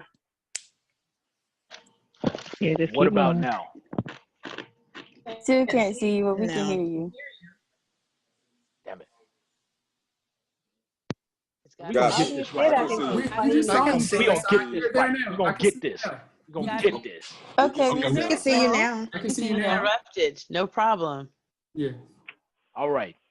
So and your signal was really good because your bars are not going red anymore in the corner. So I think it's good. all right. So if this happens next week, I'll learn how. I've learned a new tactic, so we're gonna fix it. But I think I'm gonna do this in a public place the next time I present. Of course, Dr. Ashley is gonna be on next week, and Dr. Ashley is one of those queens that I feel like really represents the future of Pan-Africanism. So I mentioned the fact that this organization can't continue to rely on me to be the sole producer. I'm the only one that produces the podcast. I write the vast majority of the articles and the status updates. I teach the work study course. That's got to come to an end. So I'm actively looking for my replacement. And my replacement probably can't come from within the organization. And there are a couple of reasons why that I want to share with you all. Number one, the most talented members of our leadership team, they're already tied up. Like did everybody see the PDF and the food list that came out of the Healers Guild? Yes. Y'all see that? Yeah. Yeah. You can come off Yeah. mute now. We just flowing. Awesome. Yeah, That they was did a great job. wonderful. Absolutely. And I'll The pass those graphic is compliments on. fantastic. Say again? The graphic is fantastic. The pictures, everything. I had no part in that. I had nothing to do with that. That came from the leadership of Malak, right? When it comes to the Ujama Council under the leadership of our Dada Jamila, right? And you might notice that the sisters do represent a disproportionate amount of leadership.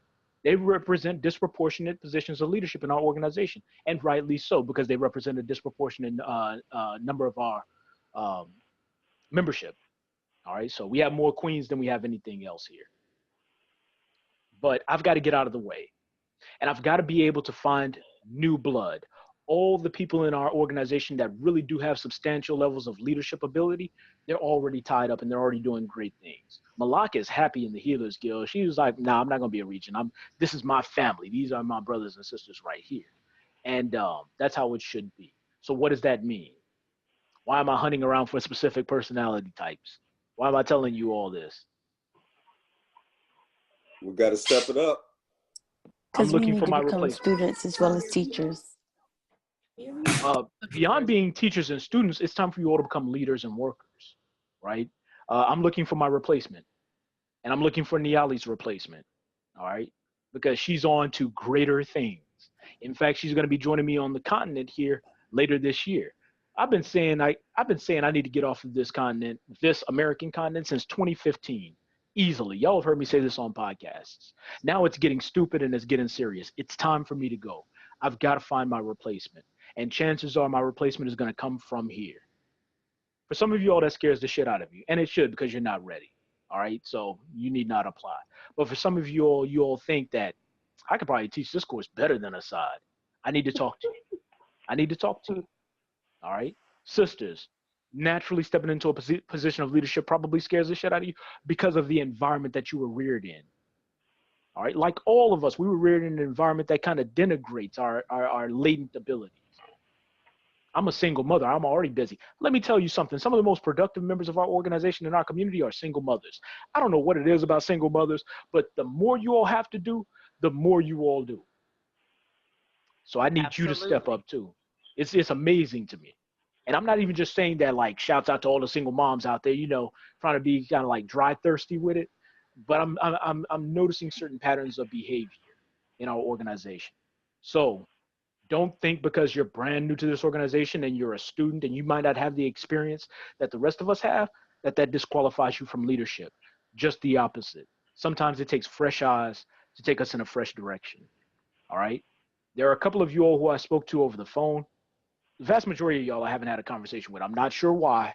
Maybe it's because, you weren't paying attention or whatever the case is, but I'm booked for the next 2 weeks, getting the leaders ready to step into my role.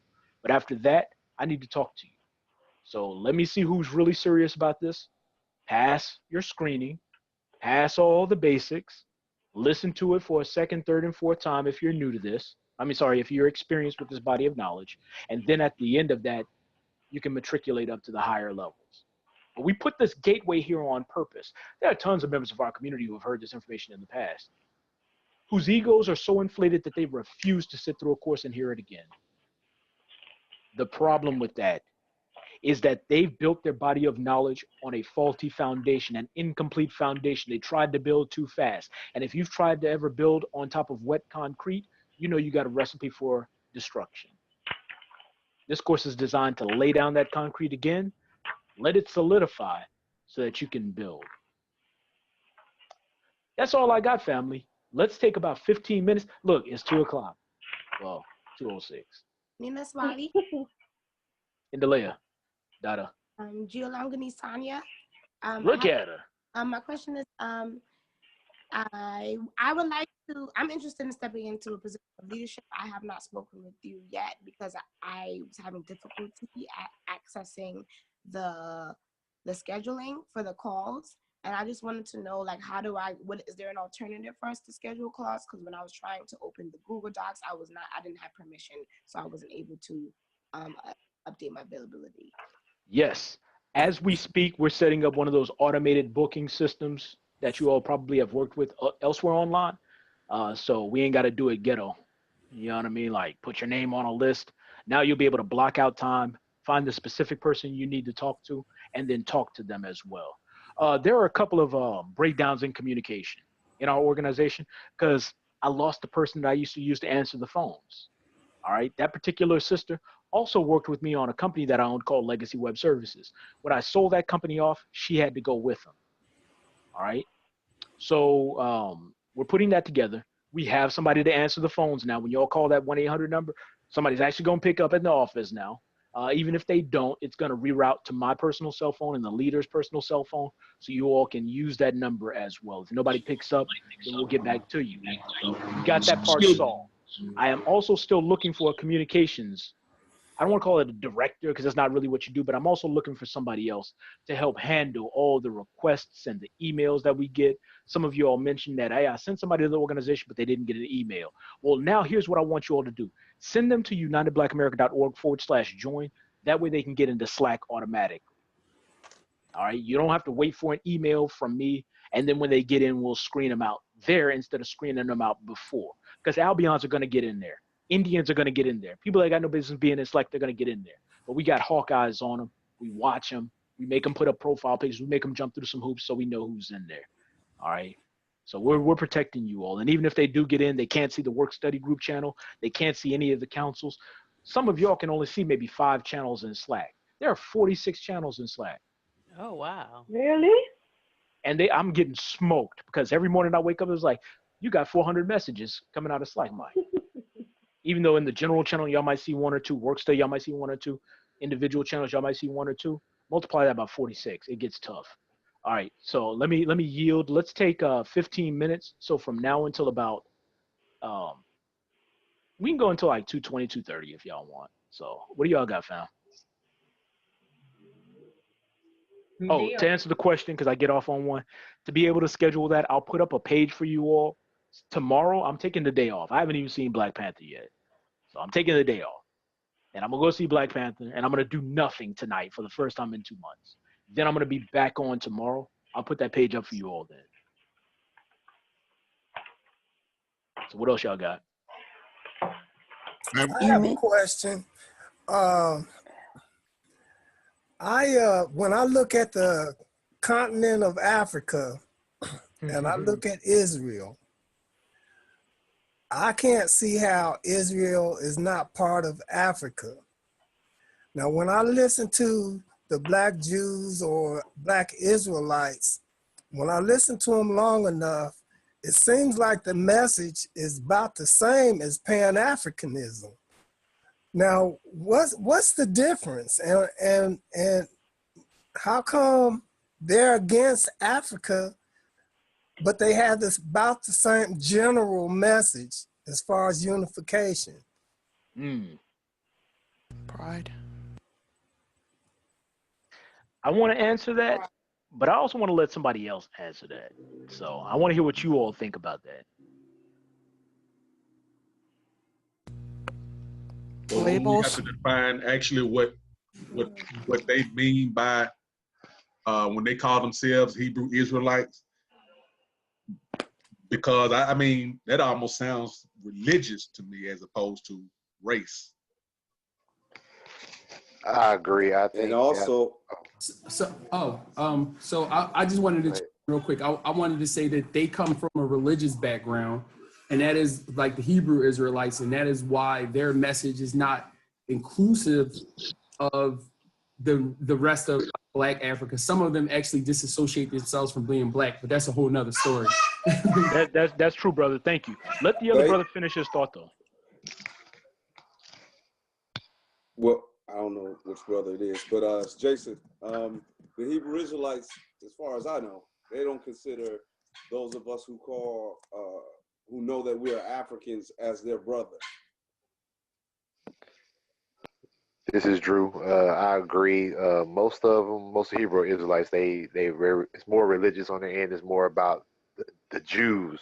They consider themselves the original Jews, and where it's different from Pan-Africanism. We all accept, as long as you Black, pretty much, or melanin, your family. Where they just see if you Jew, you consider yourself Jew, then your family. All right. They are not advocates of a Pan-African state the way that we are. They are advocates of a Pan-Hebrew state. All right. We talked earlier about special interest groups and how they focus on just one group of people. And we can be considered a special interest group because we only focus on melanated brothers and sisters, right? Specifically Black brothers and sisters, genotypically and phenotypically of African origin throughout the diaspora, right? That includes anywhere. So that includes the Aborigines, the Andamanese, that includes our indigenous Americans, the brothers and sisters who left the continent to explore the rest of the world and ended up here in the Americas. That includes them too. All right.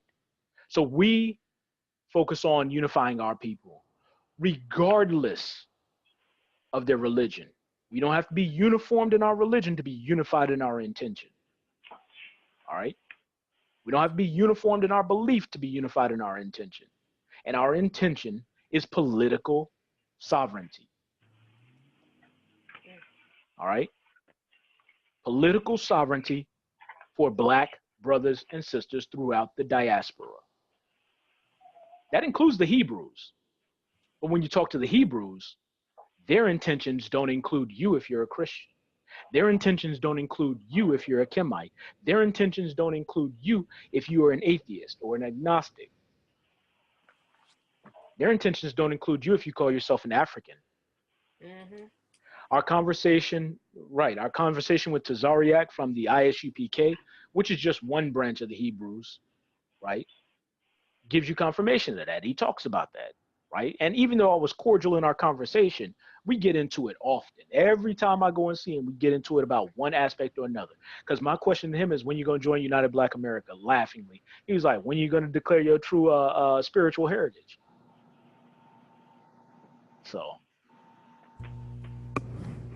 different strokes. If I may. Please. Let me be right here. 1 second. When you get done, let me ask you a question, Mr. Assad. What, you pulling up some some ammunition on me? It was like back in September of 2014, you said on a podcast, hey, yo, don't need to call me Mr. So the origins of the word Mr., European word Mansour, master, right? And I'm no one's master. So no need to call me Mr. I'm your brother. I'm not your caca. I was playing. I'm your brother. Yes. You refuse the word. I know that's a bad habit I picked up in a place where they made us say Mr. all the time. So that's you and me both, brother. Ladies get mad at me when I call them ma'am. Gianlonguni Aisha. Indalea. Okay, I want to say here, just to weigh in a little bit, I think that something that I've seen and my husband has seen as well is a lot of political terminology that are causing divisions within the African diaspora. So, though we may be melanated, people will become offensive or defensive if we use the term black, or I'm African, or I'm from a Kebu land, or I'm Moor. I believe that these also, in my opinion now, can be seen as tools that the white supremacists are able to use as well, because they're able to keep us divided just on mere titles. And we all have a natural inheritance, an indigenous inheritance to the land, regardless of what you want to politically identify yourself as and your sovereignty. We are all sovereign individuals. So even in the Pan-African movement, things that I've seen over the years, you'll have some people in the Pan-African movement who will move out and say, well, I'm not a Pan-Africanist anymore. Of course I'm you are. indigenous.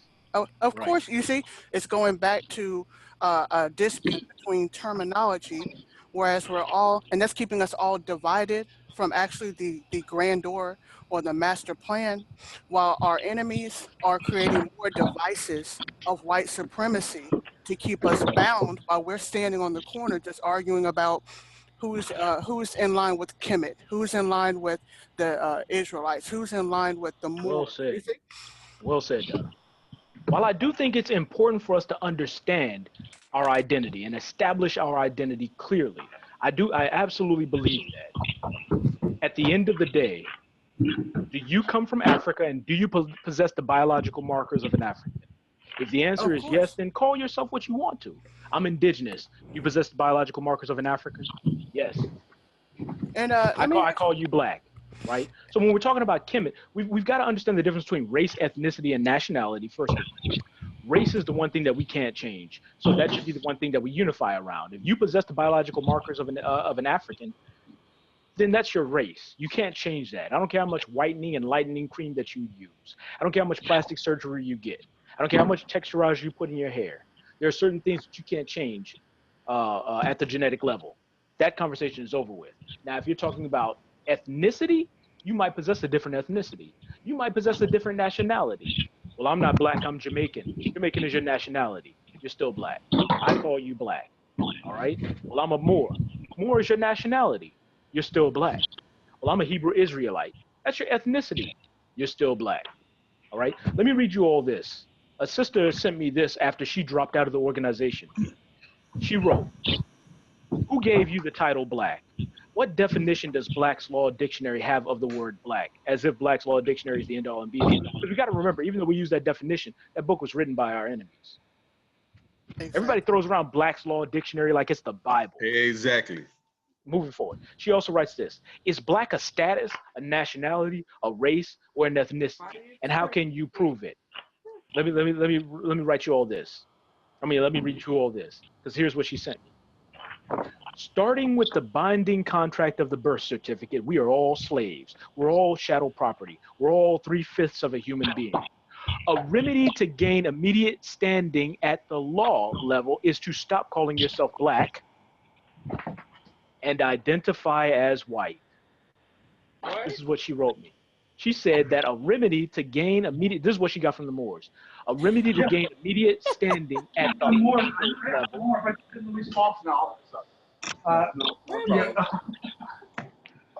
Anybody know that? Who's that with the noise? Anything else you want to say? Family, who was that? Josie? It was several people. All right. Let me just read this to you all. Background noise. My fault. A remedy to gain immediate standing at the legal level is to stop calling yourself black and start identifying as white. The definitions are explained in the video. She sent me some videos. I'm not going to watch it.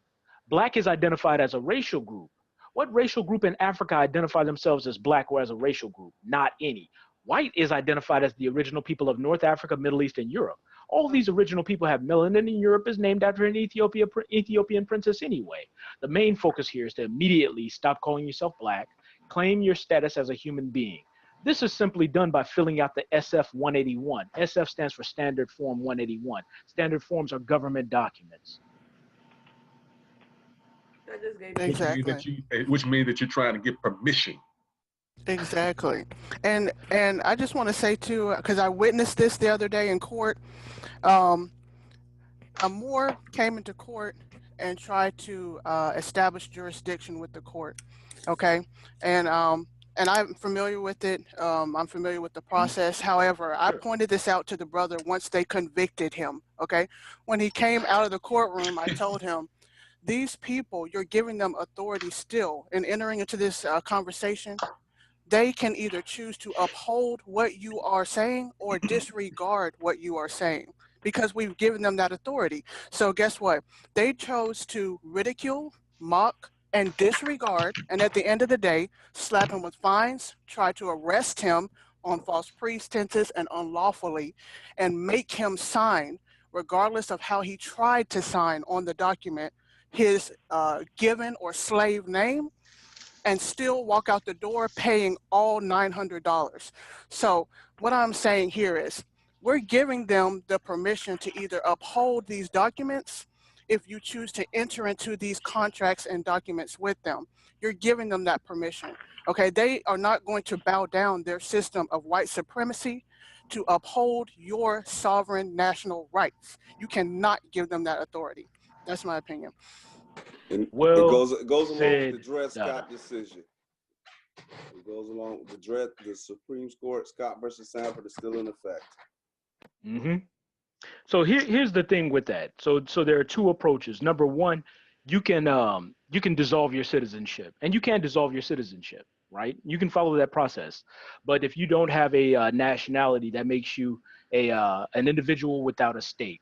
That means all of the protections given to you under a law, whether you agree with the system of white supremacy or not, there are certain protections afforded to you. Those protections are no longer afforded to you. Habeas corpus no longer applies to you, which means you can be arrested, detained, tortured, experimented on. You have absolutely no rights. DACA. You have no would rights. apply to you. DACA would apply to you. They can detain you indefinitely without a trial, which means they can come to your crib, pick you up. Are you X, Y, and Z? Do you declare yourself as X, Y, and Z? Well, hey, come with us because you're an illegal immigrant, and they can detain you indefinitely. Indefinitely. Now, what does that mean? That means you've got to have a sovereignty to fall back on. You've got to have a nationality to fall back on. When it comes to the more, let me just be real with it. Let me take it back to the streets for you all, family. We got a few more minutes. We're just gonna chop it up. You all know I was in jail. Most of you all were in jail. If you weren't in jail, chances are you will be. You know, and that just is whether you did something wrong or not, whether you're morally just or not. You know, your skin is your sin. Your skin is your conviction. So you're headed there, or you've been there, or you know somebody who is. The jails and the prisons are filled with Moors. The jails and the prisons are filled with Moors. If the biggest draw for you when it comes to joining the Moorish science temples and the Moorish movement is to try and gain some kind of legal protection or sovereignty, if you look at the populations of these prisons, that I'm not talking about who convert in jail and prison, who go into jail and prison. If that's what they're selling you, and they don't really have a good track record. I don't really have a good track record. Because if that was the case, they would be going to these jails, prisons, courts, and everywhere else, getting brothers and sisters out, stopping you from going in the first place. I have reached out to countless Moors. I've reached out to countless Moors to bring them onto the show. Y'all might know this, y'all might not, but before the podcast, I always send them the questions ahead of time. And I kind of go off the path, but I send you the questions ahead of time. So they say, I'll come onto your show, send me the questions. And I send them the questions, and all these same questions I put out there. It was like, I'm sorry, something came up, I can't come onto the show. So now here's what I got to do. I got to go and find some black lawyers who are working inside of the system and run some of these things past them.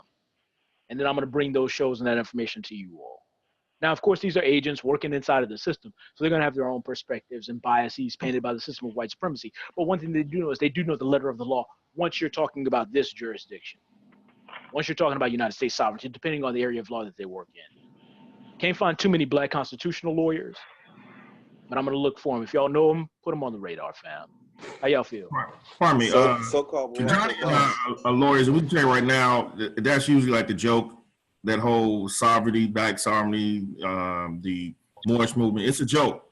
Who's speaking? First of all, let's do this. From now on, whenever y'all start speaking, let me know who's speaking so I can get used to your voice and we know who's talking. Pardon me, it's Emil Smith. That's the thing of, you know, their complete sovereignty and all that. I've also worked for the State Department, and I know, and living here in D.C., I know if you're so-called sovereign or whatever, you wouldn't show up in the courthouse. That whole case or whatever that may be pending, and I think the sister that spoke that works in the courthouse, they know, it would be withdrawn before it even came to date. So to me, they're distracted, and I think, and this is, I just kind of want to summarize something that this was a great class we had today, and I think one of the things I started to realize is that we collectively as a people, it goes back to something that it says in the Bible, says, with all that getting, get an understanding. It's one thing there's one thing to say like this. It's one thing to know something, but it's a whole other thing to understand it. And a lot of us really don't understand history in its full context. I think that's one of our biggest problems. You think about Chancellor Williams and his book and the things we cover today. One of the lessons we as African people, Black people, have never learned is that we have no friends. We must protect ourselves at all costs. We should have a more developed warlike culture, meaning, weaponry, guns, and, all the things our ancestors have done in the past and even more, but we haven't built upon that. We've been also pushed on this whole peace. That was a tactic, and we need to know when to use different tactics, whether it be violent or non-violent. Another thing is that we have to stop going in this, we keep falling for this whole thing of multiculturalism, the united brotherhood of humanity. And let's face it, again, we have no friends, because every time we form these coalitions, we have no way of really making sure that our interests don't get, bypassed. So, I think we also need to look at, from this point is, we got to start looking at building a multi-pronged approach to liberation by any means, and look at multi-generations, meaning we can't just have one generation die out. I look at the Black Panthers, and me and a friend were talking about this now, who's studying Black consciousness, that, you look at the things that, the media, again, our press is telling the story, want to highlight the Panthers, marched around in these neighborhoods and they had guns. But they don't talk about the fact that if it wasn't for the Panthers, you wouldn't have Head Start. You wouldn't have the free breakfast programs, the medical clinics.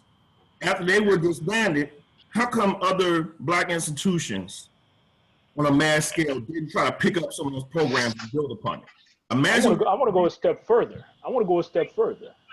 After the decline began, after the leadership was rounded up and systematically taken out, except for a handful of them, how come none of the other members stepped up and assumed leadership? How come all the existing members can I say something about that? With their own ways? And this is a challenge that I'm facing here in this organization. See, when we say hold the line as part of our culture, that's what we're talking about. Protect and preserve what was already built for you. And step up when you see vulnerabilities, when you see breaks in that formation, you step up and you fill those breaks. You step up and you fill those ranks. When the leadership moves, you don't move on and say, it looks like UBA is disorganized. It looks like the Black Panthers are on the decline. The UNIA fell into decline after Marcus Garvey was deported and died. To me, that doesn't speak to Marcus Garvey's failure. That speaks to the 5 million subsequent failures that followed his demise. You telling me that there are 5 million brothers and sisters and the best that y'all can do is what exists in these fragmented members of the UNIA today? Oh, y'all have great ideas. Y'all have great ideas. Damn, miss me with the great ideas. Miss me with the great podcasts. Miss me with the great events. Who's going to step up and do this when I'm taken out? And I will be, either by nature or by this system. Who's going to step up then? Who's going to be doing the work that it takes to keep something alive? It takes more than just getting out there and putting together programs. It takes brothers and sisters to maintain those programs. Is that you? Y'all going to do it? Y'all going to show up to the 7 o'clock meeting tonight? Y'all going to hold the line? Look, family, each and every week I face the same thing. All right. For years, I've worked on incremental improvements, and we've worked on standardization and better training and more resources and more activity and more structure or less structure in certain places. And every week it's the same thing. I have very talented brothers and sisters that say, brother, I'm overwhelmed and I got to leave the organization. We got people that abruptly quit. We had 2 people in critical positions this past week say, I'm going back to work. I'm going back to work. I can't keep doing this. Right? And it's on a case-by-case basis. But I've seen so many case-by-case bases, and we made so many changes that I'm under the impression that there's a spirit prevalent in our people Well, you all might understand on a conceptual level what's going on and what needs to be done. We all need to unify. But y'all are failing to realize what unity looks like. Unity looks like us disagreeing with each other well, but also working together well. Unity looks like not us operating as individuals, because what is that? That's individualism. And as an individual, you can be the most brilliant and productive person on the planet, but you're an isolated individual, which means once you're taken out, everything that you were working on goes away. The only way to preserve your body of knowledge, the only way to ensure and submit your legacy as an individual is to do so as part of a group. As an individual, I can pick you off of the battlefield. As an individual, I can separate you away from the herd and eat you and nobody will miss you. But as a herd, we persist. That's all I wanted to say. I'm sorry for getting off on one. No, peace.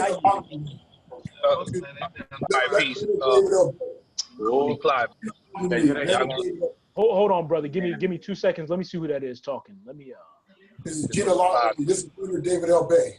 Hold on. Leonard, hold on just a second. The 900. So if you wanted to go and buy something, you wouldn't know. Hello? Yeah, we can hear you. Oh yeah, good. I wanted to speak on what you was talking about leadership, right? Who's You know speaking? what I'm saying? And, Who is speaking? Clive. Clive. All right. 10. We can hear you conducting your business, family. That's me? You hear? Or you say 10, the girl? All right, so 10 is on mute now. All right. Yeah, my whole thing was that with the whole leadership concept was that a lot of times I've seen that people try to, now this ain't speaking to nobody or anything because I don't know the whole situation, but I've seen that people get more results done when they have 2 or 3 people that they're grooming, that they constant contact with every day, that they show that, you know, like I said, people gonna come in and out of being a part of saying, yo, it's too much for me, you know. But as people rotate, I was talking to somebody about this other day, is that instead of intensity and putting all your energy into a couple people, 3 or 4 people that you say, yo, look, I know one of these 4 people right here is going to be the next leader for my spot. This is the people, and because some people you're going to see through the daily grind, putting the responsibility, putting that effort, putting that burden upon them. And as people drop out, you'll see who lasts. All right, come on. Nah, come straight back. Now turn. We can. Sorry about that. But go ahead. I'm sorry. Go ahead. That was it, because I'm still in the middle of work while I'm doing this. But go ahead. I just wanted to say that at that part right there, that leadership has to be done like that. I think, the leader has to groom his personal leaders as he's going, and not say, yo, out of all punch you, because a lot of times you put people in a position you don't even know who they are. True indeed. Succession planning and grooming is absolutely part of it. So it's 2 sides of the equation. I know I vent often, but there are 2 sides to it. There's I guess you could call it the public facing side, and then there's the in-house, the private facing side, right? So behind the scenes, you got to have a succession plan in place. Did the Black Panther Party have that? Did Marcus Garvey have that? If not, bad on them. You feel me? If not, then that sowed the seeds for the destruction of your organization. You have good systems in place, right? Something that we're working on.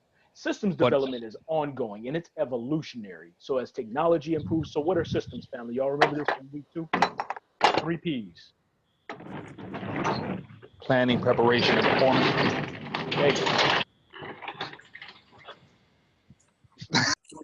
Gina Longany, this is Leonard David L. Bay. Good morning. Hey, so, you know, a couple of things. The first thing is, you know, a lot of the things that we are faced with has to do with the fact that we have been indoctrinated into a culture, a system, a society that places us at the bottom of the pole. So there's an internal processing that has to happen on an individual basis that we have to process before we can really begin to come together. There's a lot of healing that needs to happen. And one of the things that happens is that we all feel like we have to agree at a certain level when we don't have to agree. I don't care if you're Moor, I don't care if you're Israel, Hebrew, I don't care who you are. But at the bottom line, we're all Black. And if we can just come together and agree on that and focus on what we have in common with each other instead of what we have as differences, I don't give a damn what your religious beliefs are. What I do care about is, are you dedicated to this cause? Are you dedicated to what we're about, regardless of what your belief systems? Because all these different systems have a certain amount of truth in them. And because our ancestry goes so far back, that we can take any one of these and we can follow it back to where we are going to get to the truth, because all culture came from us. Absolutely. Everything came from us. But we're so getting caught up in this external, the peripheral, that we're not looking at the very foundation of it. What happens with other groups is because they know that they don't have that, at the bottom line, a Christian Caucasian Albion and a Jewish Albion and a Scandinavian Albion, when it all comes down to it, they can unite around the fact that they're Albions. We don't seem to be able to do that as being black. And that's something that we do that. Understand. I think we do that. Earlier I mentioned the fact that every group of people comes from us. We're the original people. So too does every ideology.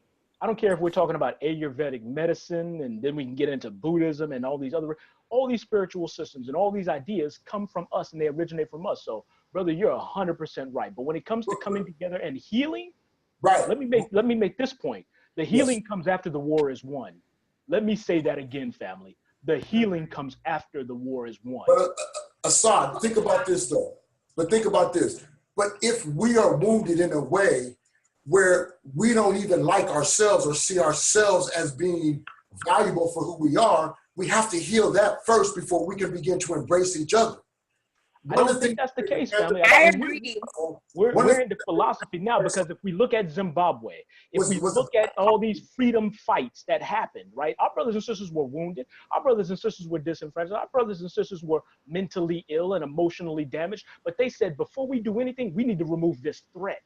Because if we focus on healing while this threat is still present, then that threat will continue to inflict damage on us. And we cannot properly heal until we've removed ourselves from that environment. We on philosophy now, though. I think. Go ahead. I'm sorry. Can I jump in? Please go ahead, sister. I'm sorry. I just wanted to say that I feel like a big part of the reason why our revolutions weren't self-sustainable is because we weren't healed, and we were dealing with so much internal amongst ourselves and within ourselves in terms of like mental illness, mental health, and so much trauma, PTSD, post-traumatic stress syndrome. And I feel like that's a lot of the reasons that internally our structures weren't able to thrive and sustain themselves. So I think healing needs to be a very, very priority part of revolution, if not just as equally important as economics and political power. Hey, can I chime in real fast, brother? So 2 things is one, I just wanted to take it back to like last year's class, and I think that this goes to part of what the Willie Lynch letter was about, right? Like the division that we're talking about. But to talk about what we're discussing now is that if we wait to heal, we'll be fighting revolution for the next 1,000 years. Yes. Like, right, like we got to get on the front lines and fight. Like I don't think that we can sit here and go, everybody, let's have this kumbaya moment. Let's all get together. I need the Hebrew Israelites to come in. I need the Moors to come in. I'm sorry. I need all these other. Sorry, I told you it's crazy here, but these kids. We'll be waiting forever. You know, if we do that, we need to mobilize and actually start to make some efforts. And the people that identify as Black need to get on board, and hopefully the other people will jump on, and I'll relinquish the floor. I agree with you, brother. We need to take a view from the South African, how's going on out there now, like how they fighting back for their land from the farm, getting the land back from the white farmers. Like I said, reconciliation is over now, man. We tried that already. It's not working. They're not going to give it to us. They're not going to give us our stuff. We gotta, like I say, we gotta organize and use action now. It's just that time now. Who's speaking right now? I'm sorry, Drew. This is Drew. I'm sorry. Okay. I'm sorry. Yeah, I feel you on that. It's just like I said, but I think it takes, when you see somebody just do it, somebody just, like I said, step forward and just do it, people will follow then. Just nobody's really just just taking that initiative to go forward. You know what I'm saying? Like say aside, you can't do this forever. You can't be in this position forever. You gotta move on. Got somebody else got to take the position, hold the line. You know. Right. And we are working towards those ends. Yes. Here's a midterm strategy. All right, because we're in between the Ma'afa and sovereignty. We create coalitions. Let me explain to you all what a coalition is. A coalition is a group of people who come together, and they might not agree on everything, but they do agree on one acute issue. In other words, we form a coalition with the Hebrew Israelites to make something happen in Harlem. All right? Be it reversing gentrification, doing a collective ousting of Planned Parenthood, right? So we focus on one acute issue. Do we agree that we should call ourselves Black or Hebrews? No. Do we agree Planned Parenthood needs to be run the fuck up out of town? Absolutely. Let's create a coalition based on that. And once it's done, we go our own separate ways. This is a midterm strategy that we can use to temporarily come together under one banner and affect something. And this is UBA policy. UBA has created coalitions with a lot of different groups of people. All right. But groups that we will not form coalitions with are groups that go against our values, which is why we can't necessarily work with Black Lives Matter. They want to take this thing in a whole different direction. All right. But we can form coalitions. And I think we're off on philosophy. Nobody here is right. Nobody here is wrong. All right. Even though us brothers keep trying to jump in over each other, we're into philosophy now. We're playing armchair generals. But as somebody suggested, until we have sovereignty, what we're doing is just that. We're playing armchair general. Yeah, Uncle Jason, if I could fight for 23 years in the United States Army for the Alamo and go through all the special operations and everything and all that trauma and everything that I was involved in, being shot, all of that stuff, you think I can't do it for my people? Honors.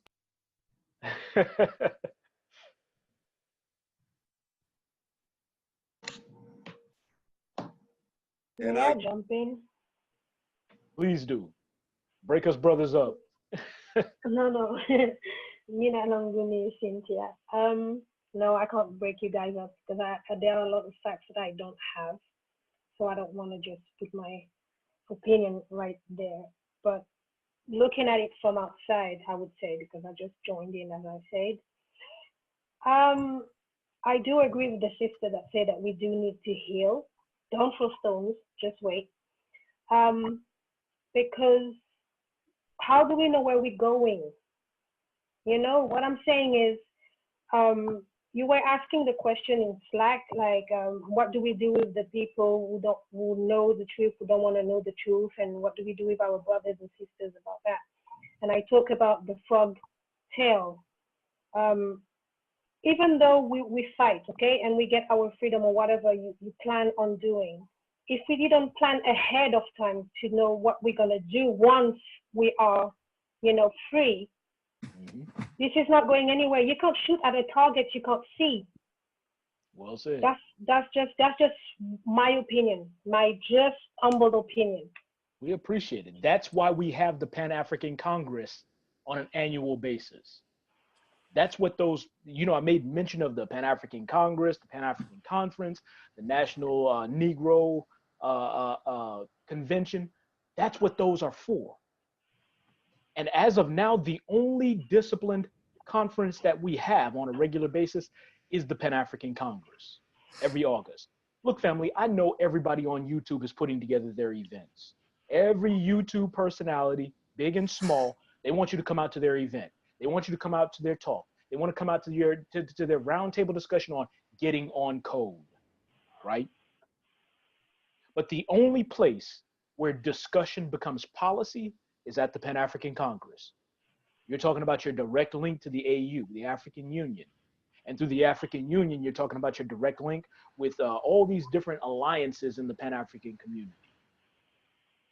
So I'm interested in us having more conferences. We probably need to have one once a month, but not if that conference is an ego-based conference. What do I mean? Come out and listen to Boyce Watkins speak on nationality. That's ego-based. All right. Shouts out to Dr. Boyce Watkins. I'm a supporter. All right. But it can't be centered around this is what Boyce Watkins is bringing together. It has to be centered around the power bases coming together.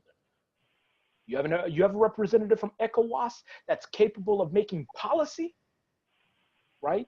What am I talking about? So ECOWAS, Economic Community of West African States, they send a delegate to the Pan-African Congress. That delegate takes the findings of that conference back to the Economic Community of West African States and says, this is what we need to do going forward in order to achieve our collective agenda. And that means Kenyatta, that means, and Odinga, right? For you Kenyans out there, that means Kenyatta and Odinga. That means, who's the current president in Rwanda? Kagame. And Uganda is Museveni. They all come together and say, okay, bam, based on the findings of the Pan-African Congress and based on our shared vision for the future, which is one of the purposes of education, right? This is what we're going to implement as policy. We are going to lower our borders. We're going to institute a unified visa, a unified passport, and a unified economic state, even though we have political borders. That's what happens as a result of the Pan-African Congresses. That's how we all get on code and on the same page, not as individuals and egos, but collectively. The 3 Ps, people, products, and processes. Somebody was asking about that in the chat. People, products, and processes. When you're building a business, when you're building an organization, when you're building a movement, you bring together people, you establish processes, and you use products to make that thing work more efficiently. One of the products we're using right now is Zoom. The people are the positions that occupy whatever positions you need occupied, and the process is from step 1 to step done until your desired results are achieved. All right. So it's 2:47, family. I think we can go ahead and wrap. Any closing thoughts for real this time? Like closing thoughts. State your name. Give us your closing thoughts. Go ahead, sister. Gino Langoli ni Dawn. Yeah. You mentioned earlier in our call that you were considering extending either by time or by weeks. And I cannot fully speak for everyone else, but I will speak for myself. I will greatly appreciate it if we extended it by the weeks. There's too much information that we do not know. There's too much that is out there that's against us. And for the fact that we have this small acorn that's for us, I would like to get as much of it as possible. I cannot force this on anyone else, but I do strongly speak when I say I want as much as I can get. I'll take it. I don't care how far out, how many weeks you have to extend this. I do understand that you have other things that you want us to get involved in, as in the second work study that you have coming up. I don't know how that would affect it. I don't know how, other people have things going on, but every Saturday I set myself up for this. I don't care what I have going on. I had difficulty logging on at first. I had to actually get off and get back on just to get my kids straight. But this is a very important part of my week. I don't interact with Slack that much. I don't get a chance to get into it like I should. No doubt. But this is something that is intricately important to my life as of right now, because there's so much about my own history that I do not know. That is something that is imperative that we need, because in order for us to know where we came from, that will determine how we interact in our future, and it will determine what we do in the present. This is something that I drastically need. So yes, I agree too. We need to Hey, sister, that's what's up, man. Yes, we need to extend. You always say we can't go over. We go over every week because, dude, this is something that we need to go in on. Our This is why y'all got Jason cursing me out after the session. He's like, well, I tell you what, let Jason talk to me. I'll gladly take it. I'll gladly take it. Who was not? Maybe it wasn't Jason. It was another brother. But here's what I'm going to do. I'm going to do 3 things. Number 1, find new instructors. I'm still looking for new instructors. All right. Number 2, but you've got to have the basics down. You can have all the esoteric advanced levels down, but if you don't have the basics down, you can't talk to new members. Number 2, I'm going to look at our current curriculum and see what we have on that agenda and clean it up a little bit, so that way I can shorten it while still giving you all the insightful points that you need to take action on. And then number 3, Actually, I'm going to stop with those two things. I'm going to find some better instructors, and I'm going to look at updating our curriculum to make sure that everything stays concise and compact. When I do teach the second degree course, if I have more instructors for this course, that'll keep me free to do that. So I'll be able to still teach the second degree course while we have instructors teaching the third degree course, and we can keep our brothers and sisters moving through this pipeline in a way that feeds them without us feeling like we got to cut it short. So that's what I'll do.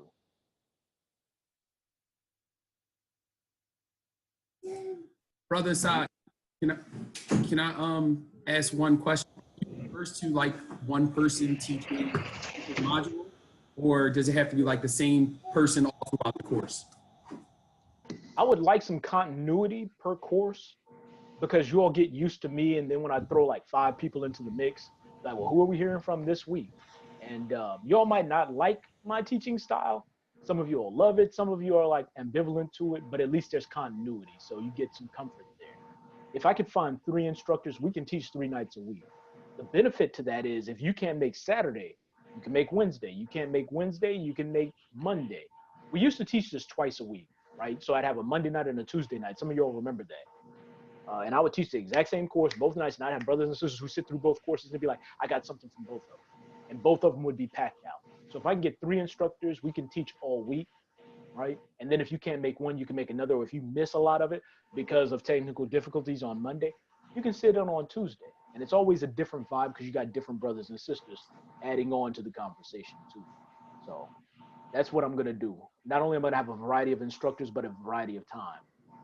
All right. Thank you, brother. Hello. You have the floor. Oh, peace. Oh, you no longer let the sister go first. Go ahead. My fault. I ain't sure she was trying to talk. Go ahead, man. It's Cynthia again. Just a question: is Pan-Africanism the same as the Commonwealth? Commonwealth under this context? No. No. Okay. No. It definitely falls under the topic of politics, but so Commonwealth is a hybrid model that was developed by Albions in order to meet the needs of a very small group of people. So I've always said that clean gloves hide dirty hands when it comes to Albions, Sure, and Commonwealth is one of those words. It sounds good, Commonwealth, right? But it's one of those clean gloves hiding dirty hands, because Commonwealth is designed to meet the needs of a very small, exclusive group of people. And we'd have to talk about that at a different time, sister. I'm sorry, we just can't get into Commonwealths versus republics versus the different political models. That was in our lesson plan. I threw it all out. The difference between democracies, kleptocracies, monarchies, I could show you. It was in our lesson plan, but I wanted to keep it tight today. That's okay. If you have those PDFs, do you have those PDFs aside for the different governments that you just mentioned? I can do that. I can give you all my lesson plan. I did that a couple of weeks ago, and I don't know if y'all liked that when we were talking about the differences between the economic models. I put my lesson plan up. It was great. Okay, I'll do more of that for you all then. I'll just create a plain text printable, because I don't know if y'all want the illustrated PDFs, something to print out, the video. I don't know what y'all want. So if y'all let me know. All of it. Printouts. Yeah, printouts would be nice. Everything. Printouts. Yeah, whatever you can give us. Everything. Just give it all. Okay, I'll do printouts of everything then. I'll just go and paste my lesson plan up for all the different modules. Okay, family, that's it. It's 2:54. It's almost 3 o'clock. She's right. We always go over. Family, I love you all. Next week, Mwalimu Ashley is going to be back to teach you all, going in on relationships and eugenics, such an important topic. Get straight with your Kiswahili. Go to UnitedBlackAmerica.org. I have a whole vocabulary list. Y'all want to go deep, UnitedBlackAmerica.org/Swahili. I just dropped a podcast today. Check that out. Give me some feedback. Stay active in Slack. If you haven't posted up your personality type for me, please do that. I'm looking for some good new leaders. If you need to talk, I'll be talking to you all about setting up some new follow-up appointments. So I love you all, family. Thank you all so much for being here. I think today was, no, it was a good session because you all carried it. It was good because you all carried it. So no doubt. Monday, I'll have everything back up for you all. All right, family? Abibi Fahodie. Asante, brother Assad. Asante. Nakupenda, family. Rivu. Take care. Peace.